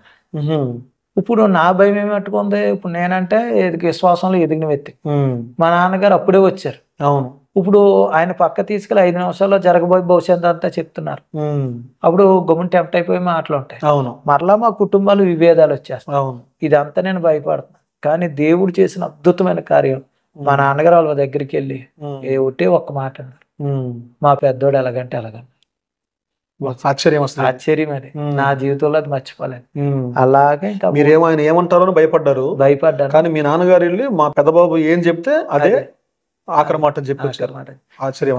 ఊరంతా మీదడిపోయి ఉమ్, మీరు ఎలా బతుకుతారో చూస్తా. ఉమ్, చాలా అవమానాలు బ్రదర్. ఉమ్. అక్కడి నుంచి అసలు సేవ మొదలైంది. ఓకే. ఎక్కడి నుంచే మొత్తం అంతా ఇంకా నా జీవితం టర్నింగ్. ఉమ్, ఎన్ని అనుభవాలు, ఎన్ని కష్టాలు. ఉమ్, ఎలా జరుగుతున్న సందర్భాల్లో పొలం వెళ్తున్నప్పుడు ఉమ్, ఆ కుర్రోడు చాపేసి కాళ్ళ పెట్టి కత్తి తీసుకొచ్చి ఉమ్, నరికేస్తాను. నేను ఎక్కడికి వెళ్తావన్నా, ఉమ్, దేవుడి దగ్గరికి వెళ్తా. ఉమ్, నీకు మత పిచ్చి పట్టేసింది, ఎవరో నేను డబ్బులు ఇచ్చి మార్చేసి, నన్ను ఎవరో డబ్బులు ఇచ్చి మార్చేసి ఉమ్, ఊళ్ళో కుర్రోళ్ళందరినీ మార్చారు. నేను మార్చడం లేదు, దేవుడు ఆకర్షించుకోండి. ఉమ్, నువ్వు ఎంతమందిని మార్చి వాళ్ళందరినీ వెనక్కి తిప్పేస్తాను, ఏం చేస్తాను, ఉమ్, నేనేం చేయలేను. వాడు నిజంగా మారితే వాడు నిజమైన మారు మనసు 10 లక్షల మంది వాడిని తిప్పడం నీకు అసాధ్యం ఉమ్, అని చెప్తే చాలా మాటలు మాట్లాడి నీకు మెంటలెట్టేసింది, పిచ్చోడు, నేను ఎవడో ఏం చేయలేడని వెళ్ళిపోమని వదిలేసి. ఉమ్, అలాగే వెళ్ళిన తర్వాత మరొకసారి గ్రామ పెద్దలు వచ్చేసారు. ఉమ్, వచ్చేసి దారులు కాచేసారు. ఉమ్, నీ అంతేంటో తేల్చేస్తాను. ఉమ్. మౌనంగా ఉన్నాం. పెద్దోళ్ళు కదండి, వాళ్ళకే వయసుకి దేనికి సంబంధం ఉండదు. నాకు అంటే కుర్రోళ్ళు బెదిరించారు, పెద్దోళ్ళు బెదిరించారు, ఊళ్ళో రచ్చబండ దగ్గర పెద్ద మనుషులు పంచాయతీ పెట్టి ఊళ్ళో దేంట్లో మీకు సంబంధం లేదని వెలివేశారు. అవునండి. ఇన్ని జరుగుతున్నా నేను ఆపుతలేదు. ఇంకా కుర్రోళ్ళు వస్తున్నారు, కొంతమంది రక్షణ పడుతున్నారు. అప్పుడు మా తమ్ముడు షాప్ పెట్టుకుంటే, బట్టల షాప్, వాడు ఓన్ పెట్టుకుంటే ఆ షాప్ లో పని చేశారని ఇద్దరికి తప్పులు వేశారు. అలాగే మీ తమ్ముడు షాప్ పెట్టుకుంటే దాంట్లో కరెంట్ పని చేసినందుకు వాళ్ళకి తప్పు. అంటే ఆ ఊర్లో వాళ్ళు మీ ఇంట్లో పని కూడా చేయకూడదు, మీ షాపులో కూడా పని చేసినందుకు మళ్ళీ తప్పేసారు. మళ్ళీ ఇంకొని ఏంటంటే, నేను ఆల్రెడీ అక్కడ కొంతమంది బాప్తీసాలు ఇప్పించాను కదా. పెనుగొండలో మనకు మందిరం ఉంది. పెనుగొండ మందిరంలో కూడా ఈ యవనస్తుడు చేసే సేవకి ఎవరో వెళ్ళకూడదు, ఊళ్ళోనే వెళ్ళకూడదు, ఊళ్ళోనే మాట్లాడకూడదు. పెనుగొండలో చర్చి ఉన్నా వాళ్ళ చర్చికి వెళ్ళకూడదు, వేరే చర్చికి ఏ చర్చికి అని వెళ్ళచ్చు. అలా వెళ్తే 10,000 రూపాయలు ఫైన్. అవునా? 10,000 రూపాయలు. మాతో మాట్లాడినా, మన చర్చిలకు వచ్చిన అలాగా కట్టిన సంఘం కొంతమంది అలాగే వెళ్ళిపోయారు. చాలా వేదన. 10,000 ఫైన్ అంటంతోనే, తప్పేస్తా అంటంతోనే భయపడతారు చాలా మంది. మామూలుగానే మందిరానికి రారు కదా. అవును. కానీ అలాంటి సందర్భాల్లో కొంతమంది బ్యాక్కి వెళ్ళిపోయారు. ఇప్పటికే ఉన్న బ్యాక్కి వెళ్ళిపోయినారు. ఇంకా మేము ఆ ప్రభు మీద విశ్వాసం తెలియదు. అలా అయినా సరే ప్రభు కొరకు నిలబడి అలాగా మీటింగ్లు పెట్టి పరిచయం చేస్తుంటే ఎలా కాదని మా పక్కన ఉన్న వేరే క్యాస్ట్ లెగ్గొట్టారు. కొత్త ఐ క్యాస్ట్ లెగ్గొట్టారు. మేమేమీ చేయలేకపోతాం, ఆయన ఆపలేకపోతాం. మీరన్నా ఏదన్నా చెయ్యాలి. అంటే మీ కులం కంటే కూడా కొంచెం పెద్ద కులం వాళ్ళని మీ మీద రెచ్చగొట్టారు. వాళ్ళందరూ వచ్చారు. ఇంటికి వచ్చి నేను లేపేస్తాను. ఒక అతను అంటున్నాడు, 2 ఎకరాల పొలం అమ్మితే నేను లేపేస్తాను, నేను తప్పేం చేయడం లేదు, ప్రభుని సువార్తను ప్రకటిస్తున్నాను అని బెదిరించారు. 2-3 సార్లు బెదిరించారు. ఆ రోజు ఒకరోజు నేను ఇంటికి వచ్చాను, బండి స్టాండ్ వేసాను, పంచాయతీ ఆఫీస్ దగ్గరికి రమ్మంటున్నా, తీసుకెళ్తే ఆ పోలీసులు ఉన్నారు, ఎంఆర్ఓ వాళ్ళు ఉన్నారు. వీళ్ళందరూ ఉండి వాళ్ళందరూ ఏం చేస్తున్నారంటే నన్ను నిలబెట్టారు. అప్పటికే మా ఇంట్లో ఈ 2 కుటుంబాలు మా వైపు వచ్చాయి. ఊళ్ళో నుండి మేము ఏ సేవకులతో పాటు ఉంటాం, మాకు దేవుడు మీరు వెలివేసిన సేవకులతో ఉంటామని 2 కుటుంబాలు మాత్రం వచ్చారు. మిగతా వాళ్ళు వెళ్ళిపోయారు. అలా వస్తే వాళ్ళు మా దగ్గర ఉన్నారు. ఊళ్ళో నన్ను ఏమంటారు, పంచాయతీ ఆఫీస్ దగ్గర నిలబెట్టారు. ఒక్కనే నిలబెట్టారు. ఏంటంటే నా మీద ఆమోదం, ఊళ్ళో రచ్చ చేసేస్తున్నాను, కొంచెం నెగిటివ్గా ఎన్ని చెప్పాలి అన్ని చెప్పేసారు. అని చెప్పేసేటప్పటికి మా పక్కన ఉన్న ఒక వ్యక్తి, మా చిన్నానని, ఆయన ఏం చేశారంటే మమ్మల్ని ఊళ్ళో నుంచి వెళ్ళేసారు. ఆయన మాట్లాడలేదు. ఇంకా ఊళ్ళో నుంచి వెళ్ళేస్తుంటే అప్పుడు ఎంఆర్ఓ గారు అడిగారు, వాళ్ళు ఉంటారు కదా, వాళ్ళని అడిగారు. అడిగితే ఏం చేస్తున్నారు మీరు, ఊళ్ళో ఎవరో మాట్లాడతలేదంటే అక్కడ మా కుటుంబంలో ఒక వ్యక్తి, వాళ్ళ పెద్దలు కదండి, అవును కదా, వాళ్ళని అడిగారు ఎంతమంది మాట్లాడతలేదంటే ఆయన ఏమన్నాడు, మేము కాదండి వాళ్ళే మాతో మాట్లాడుతూ మానేశారని చెప్పారు పోలీసులతో. వాళ్ళు తప్పులేసి వెలివేసింది కాక వాళ్ళే తిరిగి మళ్ళీ మీ మీద అబద్ధం చెప్పారు. కానీ దేవుడు అద్భుతం అండి. మా చిన్నాన్న గారు నేను మా చిన్నాన్న గారికి రక్షణలో నడిపించాను కదా, వాళ్ళ నాన్నగారు నాకు యాంటీ, అమ్మమ్మ నానమ్మ నడిపించారు కాబట్టి ఆయన యాంటీగా ఉండేవాడు. ఆయన నేనంటే కోపం వచ్చేసేది, మా ఓన్ రక్షణలోకి తీసుకెళ్ళిపోయాడు, వీడు మార్చేసాడని రాళ్ళు తీసుకొట్టేసి ఉన్నాను కనబడుతుంటే. కచ్చడ బూతులు అనమాట. ఇంకా మన ప్రభుని బట్టి భరించుకున్నాం అవన్నీ, దేవుడు ఇచ్చాడు ఓపుగా, కిందలేమన్నమాట. ఆ టయానికి కూడా వచ్చి అతని సాక్ష్యం తీసుకొస్తానికి అంటే వాళ్ళకి ఇతను సపోర్ట్ ఉండేవాడు. కానీ ప్రభు గొప్ప ప్రేమ ఏంటంటే అతన్నే మాకు సపోర్ట్ గా మాట్లాడిచ్చాడు. ఎలా మాట్లాడంటే అతడు వచ్చి అన్నాడు, ఈడంటే నా కొడుకుని మార్చేసాడండి. వీడి కొడుకుని మార్చినందుకు మా ఊళ్ళో ఏమి ఎత్తలేదు, నేను ఒక్కడనే టిఫిన్ కోసం 2-3 కిలోమీటర్లు వెళ్ళవలసి వస్తుందని చెప్పాడు. దెబ్బతోటే లా పాయింట్ ఇలా దొరికింది ఎంఆర్ఓ. ఆడికి ఊళ్ళో టిఫిన్ ఇవ్వకపోవడానికి కారణం ఏంటి? కారణం ఏంటంటే వాళ్ళు మీరు వెళ్ళేసారు. మీరు మాట్లాడతలేదు అంటున్నా, ఒక్క కుటుంబం మాట్లాడతాం మానేస్తారు, 2 మానేస్తారు. ఎంత చిత్రత్వం ఉన్నా ఊరందరూ మాట్లాడకుండా ఉండరు కదా. మీరే ఏదో చేశారు ఆ కుర్రాడిని, ఇది మీరు పిలిచికొచ్చారు కానీ అన్యాయం జరుగుతుంది ఈ కుర్రాడు కానీ వాళ్ళు లేసారు. లేతంతో ఇంకో అతను నన్ను చంపేస్తాను అన్నారు. ఆయన ఏమనంటే ఊళ్ళో కుర్రలు తీసుకొచ్చేస్తున్నాడు, మా ఇంటికాడ అమ్మాయి ఆవుళ్ళు బయటకు వస్తుంటే చూస్తున్నారు అన్నట్టు ఇలా కల్పించేశారు. సో ఆడవాళ్ళ మీద కూడా కల్పించేశారు, సౌండ్లు పెట్టేస్తున్నారు. అప్పుడు ఎస్ఐ గారు లేసారు. ఎస్ఐ గారు కానిస్టేబుల్ లేసి ఆయన అన్నారు, నేను అంతకుముందు రోజు ఈ కేసు నా దగ్గరికి వచ్చినాడు, అంతకుముందు వారం శుక్రవారం పెట్టేవాళ్ళం బయట వాళ్ళ ఇంటిపై, మేము వచ్చి చెక్ చేసుకున్నామండి, ఏ శబ్దాలు లేవు, వాళ్ళ ఇంట్లో చేసుకుంటున్నారు, నేను ఆల్రెడీ ముందే చెక్ చేసుకున్నాను. ఆయన సాక్ష్యం ఇచ్చాడు. వచ్చిన సాక్ష్యం ఇచ్చాడు. ఎస్ఐ గారు సాక్ష్యం ఇచ్చారు. ఏ సమస్య లేదు, చేశాను, ఏమీ లేదని. మాకు ఇవన్నీ తెలియదు అసలు. అదే కానీ వాళ్ళ దగ్గర సమాచారం వెళ్తున్న విషయం మీకు తెలియదు, మాకు తెలియదు. కానీ వాళ్ళు వచ్చి ఎంక్వైరీ చేసుకుని వెళ్ళిపోయారు.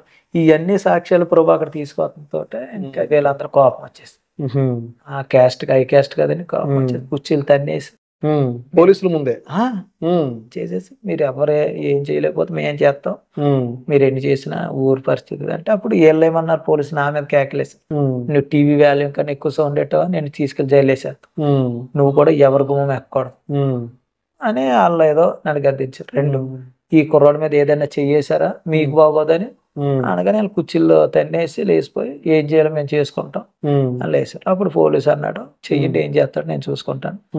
అక్కడితో అయిపోయింది అనుకున్నాం, కానీ అక్కడితో చల్లారలేదండి. చల్లారలేకుండా ఓ రోజు నన్ను ఒక ఊరు తీసుకెళ్లారు, కౌరి పెట్టారు రమ్మన్నా. అప్పటికే ముందు రోజు ఒకటి జరిగింది, నా మీద కొంచెం కొట్టడం ప్లాన్ చేశారంటే తెల్లరగట్ల నేను ఊరు దాటేసాను. కొన్ని ఇలాంటి ఎవరికి చెప్పేవాను కాదు, అమ్మాలకు కూడా చెప్పేవాను కాదు, నా మీదకి వచ్చిన విధానాన్ని బట్టి నేను దాటేసేవాడిని. అయితే ఒకసారి అపార్ట్మెంట్ కట్టారు ఆయన బాగా, తీసుకెళ్ళి అలా సిట్టింగ్ వేసారు అండర్ గ్రౌండ్ వేసి, ఆ ఊర్లో నుంచి సామాన్యులు ఎంత కావాలని, నేను డబ్బుల కోసం రాలేదని అంటే, అలా కాదు నేను ఊరిని మాల పెళ్లి కింద మార్చేస్తున్నాం ఇలాగా ఉంటాయి కదండి. అదేనండి కులం పెట్టి మాట్లాడుంటారు, అలా మాట్లాడుతున్నాం చాలా అన్నారు, డబ్బుల కోసం చేయడం. ఇంకా అక్కడి నుంచి డిస్కషన్, సరే చూసుకుంటామన్నారు. అలా జరిగింది. పెనుగొండలో మీటింగ్ పెడుతున్నాడు, ఇలా పాలిటిక్స్ అంతా ఇక్కడ వాడి జరిగే మీటింగ్ ఆఫ్ చేశారు. చాలా పెద్ద మీటింగ్, 1,00,000 రూపాయలు పెట్టి క్రిస్మస్ పెనుగొండలో భారీ ఎత్తినట్టు అందరికీ సువార్త ఆపేశారు. కానీ దేవుడి కృపను బట్టి పక్కన జరిగింది, పక్క సందులో జరిగింది అంటే అక్కడ ఆపేశారు. అన్ని పర్మిషన్లు ఉన్నా కానీ, మొత్తం అన్ని A to Z ప్రూఫ్స్ ఉన్నా కానీ ఆపేసి ఇలాంటివి జరిగింది. సర్లే ఇదే సందర్భంలో నాకు వివాహం సెట్ అయింది. వివాహం జరుగుతుండగా చాలా అవమానాలు. అంతకుముందర మా నాన్నగారికి జరిగిన భయంకర అవమానం ఏంటంటే, ఓ ఫంక్షన్కి పిలిచారు, కార్డు ఇచ్చేసారు ఒక అతను. కార్డు ఇచ్చారు కదా అని వెళ్ళాడు మా నాన్న. వెళ్తే భోజనం చేస్తుంటే భోజనం బలమే నుంచి లేపేశారు. పెళ్లికి పిలిచి కార్డు ఇచ్చి చివరికి భోజనం చేస్తా ఉంటే పెళ్లిలో లేపేశారు. అతను కూర్చుంటే మేము ఎవరో కూర్చోమని అందరు లేచి, మిగతా వాళ్ళందరూ లేచిపోయారు. అలాగా మా నాన్న చాలా అవమానాలు. కేవలం దేవుణ్ణి బట్టి, దేవుని నమ్ముకున్నందుకు పెళ్లి భోజనంలో కూడా లేపి అందరూ పంపించేశారు. మా నాన్నగారు కన్నీళ్లు కాచుకుంటూ వచ్చేసి, అది మా జీవితంలో చాలా బాధ. ఎందుకంటే మేమంటే శ్వాసంలో ఉన్నాం, ప్రభు గురించి కొంత అవగాహన, కొత్తగా వచ్చిన వాళ్ళకి అవమానాలతో అంటే చాలా కష్టం. అలాగా మేము మీటింగ్స్ పెడుతున్నాడు, ఎంతకన్నా గొప్ప బాధ కలిగింది. నేను వ్యవసాయం చేస్తాం, మా నాన్నకి సాయం చేస్తూ ఉండేవాడు. సేవలో ఉన్నా మా నాన్నకి నేను ఆయన వ్యవసాయం చేస్తూ ఉంటే కొంచెం అండగా ఉండేవాడు. నైట్ వర్షం వచ్చేస్తుంది కదండి, దారి పక్కన వేసాము ధాన్యం బస్తా ఎకరం, అదైనా మా సొంత చేయను కాదు, కౌలు తీసుకుని. ఇక్కడేం మీటింగ్లు జరుగుతున్నాయి. ఈ మీటింగ్లు అయ్యాక అది మిల్లు చూద్దాం అనుకో, ఇక్కడ మీటింగ్ జరుగుతుంది. తెల్లారగట్ల వెళ్ళేటికి ధాన్యం లేపేశారు, మొత్తం లేపేశారు. దాని గురించి మేము పోలీస్ స్టేషన్ లో కంప్లైంట్ చేయాలి. పొలంలో ధాన్యం మొత్తం తీసేశారు. మొత్తం అది ఒక బత్తా కాదు, 2 బత్తా కాదు, మరి ఓ ఎకరం ధాన్యం. నాన్నగారు కష్టపడి వ్యవసాయం చేసి చివరికి ఆ ధాన్యం అమ్ముకునే సమయానికి ధాన్యమే తీసేశారు, పొలంలో లేకుండా తీసేశారు. అది అది ఒక్క గంటలో కూడా జరిగే పని కాదు. ఎంతో మంది కూలోళ్ళు ఉంటేనే కానీ అవుద్ది మరి, అంతే కదా. అవుతుంది. అలాంటిది పోలీస్ స్టేషన్ లో కేసు పెట్టినా ఇప్పటికి తేలలేదు సమస్య. ఈ రోజు కూడా కేసు అట్టే ఉంది. రాలేదు. అంటే పాలిటిక్స్ ఎంత వరకు వెళ్ళినాయి అనేది అవునవును. మీకోసం అంటే మీ మీద పూర్తిగా చుట్టూ బంధకాలు బంధించేశారు ఇంకా. బంధించేశారు. చాలా అవమానం. అంతేందుకు ఆ మగత ఇచ్చిన ఎత్తుని కూడా ఇలా పోయిందని చెప్పిన మగత కట్టించుకున్నాను. అప్పు చేసి మాత కట్టవలసిన ఇన్ని ఇబ్బందుల మధ్య మా నాన్న ఎక్కడ మళ్ళీ బ్యాక్ వెళ్ళే అవకాశాలు ఎన్నో ఉంటాయి కదండి. అవును కదా. అలాంటి సమయాల్లో కూడా ప్రభువే నిలబెట్టుకున్నాను. యథార్థంగా ఏంటంటే మా నాన్నగారికి ఇప్పటికీ అంతగా భక్తి తెలియపోయినా కానీ ప్రభు అలాంటి విషయాలు నిలబెట్టుకున్నాడు. మరి ఇప్పుడు ఎలా ఉంది పరిస్థితి? ఇప్పుడు కూడా దేవుడు నిలబెట్టుకున్నాడు. ఇంకా ఏంటంటే నా పిల్ల ఆఫ్ చేయాలని చాలా ప్రయత్నాలు చేశాను, శత ప్రయత్నాలు. అంటే ఊళ్ళో వాళ్ళు కార్డులు ఇవ్వడానికి లేదు, బంధువులు కార్డు ఇచ్చి మా అక్క గారు మా పెద్ద గారు అమ్మాయి వేరే ఊర్లో కార్డు ఇస్తే పెళ్లికి అందరూ రామని ఫోన్ చేస్తారు. మాకు మళ్ళీ మొదటి సిచ్యువేషన్ ఎదురవుతుంది. ఎలాగ అంటే మీరు పెళ్లి కార్డులు ఇస్తే మేము పెళ్లికి రామని ఫోన్లు చేశారా? ఆ రోజు చేశారు, పెళ్లి రోజు చేశారు. ఎందుకంటే మా ఊర్లో ఏమని చెప్పారంటే మీరు కనుక పెళ్ళి వస్తే మీ తల్లిదండ్రులు వేలేస్తాం. అంటే చుట్టాల వాళ్ళకే వీళ్ళకి సంబంధం ఉండదు, గ్రామానికి సంబంధం. కాబట్టి పొరుగురులో మా చుట్టాలకి ఇచ్చుకునేవారు. వాళ్ళకి ఫోన్ చేసినా వాళ్ళకి ముందే ఫోన్ చేసేసి మీరు ఈ ఊర్లో ఈ పెళ్లికి వస్తే వాళ్ళని వేలేస్తాం, తల్లిదండ్రులు వేలేస్తానంటే ఎవరు వస్తారు? అవును కదా మరి. అలాగా మా నాన్న రోజు నిరుత్సాహం. అంటే పెళ్లికి కూడా మీ బంధువులు రానియకుండా చేసి వాళ్ళకి ఫోన్లు చేసి ఆపేసేవాళ్ళు. ఆపేసారు. అంత ప్రయత్నంలో 700 మందికి 800 పొందితే ఇంకా ఇవి కూడా పడేసుకోవాల్సి వస్తే మా నాన్న బాధపడి, నాన్న పర్లేదు దేవుడు ఉన్నాడు ఏదో చేస్తాడని పోలీసులను సెక్యూరిటీ అడిగాం మేము. ఏటయ్యని ఏముంది, ఏ రోడ్డు మీద బండి ఎడతారో ఇదే గొడవ అయిపోద్ది కదా. అవును కదా అని అడిగితే వాళ్ళు అన్నారు అక్కడెక్కడో ఏ ఊళ్ళో ఎందుకు చేసుకోవాలో చర్చలు. వాళ్ళు ఎటకారంగా మాట్లాడి ఇది కాదు నా దేవుడే నాకు సహాయం ఇవ్వాలి, వీళ్ళని నమ్ముకోకూడదని నాకు అప్పుడు అర్థమయ్యి మళ్ళీ గదిలోకి వెళ్ళి ప్రార్థన చేసుకుని ఇది నీ చిత్త ప్రకారం జరిగించుకోండి. దేవుడు మహాకృప అండి. పెళ్లి అద్భుతం. 2000 మంది వచ్చారు. దేవుని స్తోత్రం. వాళ్ళు ఎంత ప్రయత్నాలు చేసినా ఆపడానికి లేదు. 2000 అంటే విశ్వాసులు ఎక్కువ వచ్చేసి ఎక్కడెక్కడ మీటింగ్ మీరు పరిచయం చేసిన ప్రాంతాల్లో ఉన్న వాళ్ళందరూ వచ్చేసారు.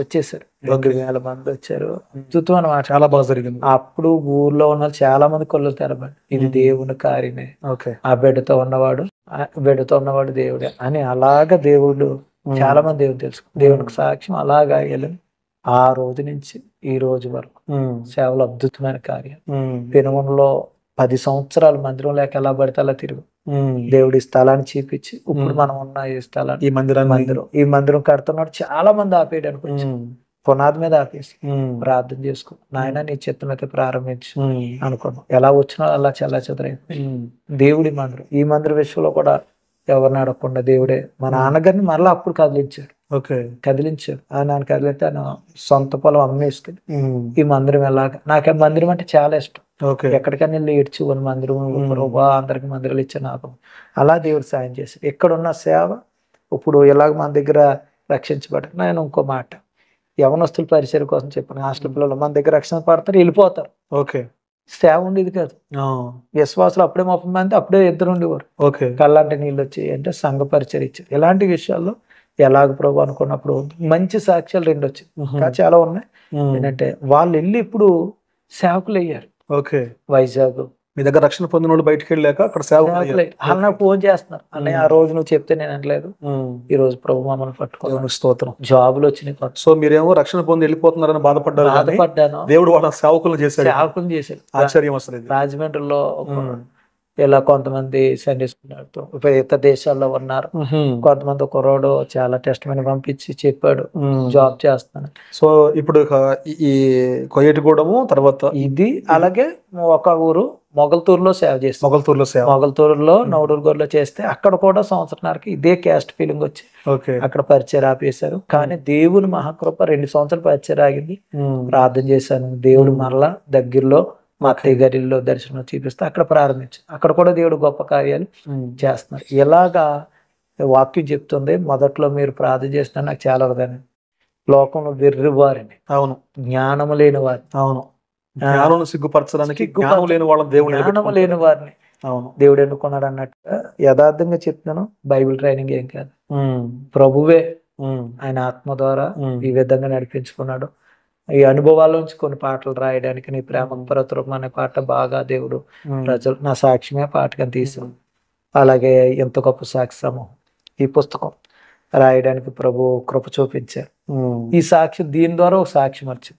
చాలా ఉన్నాయి. ఒకటే, ఓకే. కరోనా సమయంలో ఒక ఆవిడ చనిపోదాం అనుకుందంటే ఈ బుక్ చదివినప్పుడు లాస్ట్ లో నా సాక్ష్యం అంట. ఓకే. అది చదివి ఆమె చచ్చిపోదామన్న ఆవిడ మానేసిందంట. మానేసి నాకు ఫోన్ చేసింది కరోనా టైం, దేవరం దగ్గర నుంచి వచ్చింది కాల్. ఆమె అందే మీరు కష్టపడ్డా మీ కష్టాల కన్నా మా కష్టాలు ఎక్కువేమీ కాదు అని ఆమె ప్రభుల విశ్వాసంలో బలపడింది. మంచి ఇలాగా నా జీవితంలో ఆ రోజు నుంచి ఈ రోజు వరకు ఇప్పుడు 11 సంవత్సరాలు పూర్తయింది. 12 సంవత్సరాలు అడుగు పెట్టాం. దేవుడు 3 మందిరాలు ఇచ్చాడు. దేవుడు స్తోత్రం. 3 చోట్ల మందిరం, అలాగే సువార్త పత్రికలు, హాస్టల్ పరిచర్య, యవనస్తులు, ఇంకెలాగా మీ కుటుంబీకులందరూ కూడా దేవుని తెలుసుకున్నారు మొత్తం అందరూ. ఇప్పుడు ఈ సవాళ్ళు ఇవన్నీ మధ్య మధ్యలో అప్పుడప్పుడు అపవాది మీ మీద దండయాత్ర చేసినప్పటికి కూడా అవును సేవ మాత్రం ఇప్పుడు ఆటంకం లేకుండా దేవుడు 3 గ్రామాల సేవని జరిగించుకో. ఒక మాట ఏంటంటే, మా ఊర్లో మా విశ్వాసులు చనిపోతే ఊర్లో సమాధి చేయడం లేదు. సమాధి చేయడం వల్ల చాలా ఇబ్బంది పెట్టి ఆ టైంలో కూడా నొక్కారంటే ఎంత మనసులో పెట్టుకున్నారో. చాలా కఠినంగా ప్రవర్తించారు. అంటే వాళ్ళ ఆలోచన ఏంటంటే ఈ దెబ్బతోనైనా మన దగ్గరికి వస్తే తప్పు అయిపోయిందని ఒప్పుకుంటే 2 లక్షలు తప్పు వేసి కలుపుకుందాం. 2 లక్షలు ప్రభుగా అంటే కనీసం తగ్గితే 1 లక్ష రూపాయలు కట్టించాలి చేత. అంటే ఊరు సపోర్ట్ లేకుండా ఏం చేయలేరు అన్నది. కానీ దేవుడు ఇచ్చిన ఆలోచన ఊర్లో సమాధికి మాకు స్థలం ఇవ్వకపోయినా దగ్గరలో సిద్ధాంతం ఇంచుమించు 20 కిలోమీటర్ల పైనే అక్కడ దాకా ఆటోలో పెట్టుకుని ఆ బాడీని తీసుకెళ్లి ఇప్పుడు వరకు సమాధులు చేయించి, అంటే విశ్వాసం చనిపోతే అక్కడ సమాధి చేయకపోతే 20 కిలోమీటర్లు తీసుకెళ్లి వేరే 20 కిలోమీటర్ల పైన ఇంకా తీసుకెళ్లి అక్కడ వేరే చోట సమాధి. మా ఊర్లో పెళ్లిళ్ళు చేయాలని మన విశ్వాసులకి మేమే నిలబడి దేవుడే ఆ టైంలో పెళ్లిళ్ళు చేస్తాం. ఇంకా అన్ని మనమే భరించుకుంటూ, సో ఇవన్నీ కూడా భరించుకుంటూ దేవుడు అట్లా కొనసాగుతూ ఉన్నారు. ఇప్పటికీ చాలా మందికి అర్థమవుతుంది, ఇన్ని కోణాల్లో బంధించిన మందిరం కట్టడం ఆగలేదు, సేవ ఆగలేదు, రక్షణ ఆగలేదు, ఏది ఆకుండా దేవుడు జరిగించుకో. ఇదంతా సమస్త మహిమ ఘనత యేసయ్యకే కలుగును. ఆమేన్. చాలా మంచిది బ్రదరు, మంచి సాక్ష్యాన్ని అందించారు. నేను మీరు ఫోన్లో వింటాం చాలా తక్కువ, మీ అనుభవాల్లో నుంచి చాలా గొప్ప విషయాలు దేవుడు బయట తీసుకొచ్చాడు. మిమ్మల్ని, మీ పరిచర్యని, మీ కుటుంబాన్ని దేవుడు ఇంకా బహుగా దీవించాలి. ఆయన రాకడ పర్యంతం వరకు మీ సేవ అనేక మందిని వెలిగించడానికి ఉపయోగపడాలని మనస్ఫూర్తి కోరుకుంటూ ఉన్నాను. మీకు చాలా వందనాలండి. మాకు చక్కటి అవకాశం ఇచ్చినందుకు, నిజంగా ప్రయాసపడి మా దగ్గరకు వచ్చినందుకు హృదయపూర్వక అందరూ. మిత్రులారు చూశారు కదా, బ్రదర్ షాలేం గారు మొదట కుటుంబంలో నుంచి వెలివేయబడిన పరిస్థితి, ఆ తర్వాత వారి కుటుంబాన్ని గ్రామం అంతా వెలివేసే పరిస్థితి, ఈరోజు కూడా ఇప్పటికి కూడా 11 సంవత్సరాలు దాటి 12 ఏటలకు అడుగుపెట్టినప్పటికి కూడా ఈ సవాళ్ళు ఇప్పటికి ఎదుర్కొంటూనే ఉన్నారు. విశ్వాసులు చనిపోయినా అక్కడ సమాధి చేయని పరిస్థితి, పెళ్లిళ్ళు చేసినా వాళ్ళెవరో కలవని పరిస్థితి, ఇక్కడికి ఎవరైనా కొత్త విశ్వాసులు రావాలన్నా ఆ కుటుంబీకులు ఇతన్ని వ్యతిరేకించే పరిస్థితి అయినప్పటికి కూడా దేవుని పనిని ఆపకుండా ఎన్నో సవాళ్ల మధ్య నిలబడి బహుబలంగా దేవుని యొక్క పరిచర్యలు వాడబడుతూ ఉన్నారు. బ్రదర్ కొరకు ప్రార్థన చేయండి. మీ సంఘాల్లో ఎక్కడైనా ఈ సాక్ష్యం వినిపించాలి అనుకుంటే ఆయన ఆహ్వానించండి. తన పరిచర్య కొరకు ప్రార్థన చేయండి. ఈ సాక్ష్యం మిమ్మల్ని బలపరిచిందని ఆశిస్తూ ఉన్నాను. మరొక మంచి సాక్ష్యంతో మిమ్మల్ని కలిసేంత వరకు మమ్మల్ని దేవుడు దీవించి ఆశీర్వదించునుగాక. ఆమేన్. మీ అందరికీ వందనాలు. అందరికీ మంచిది.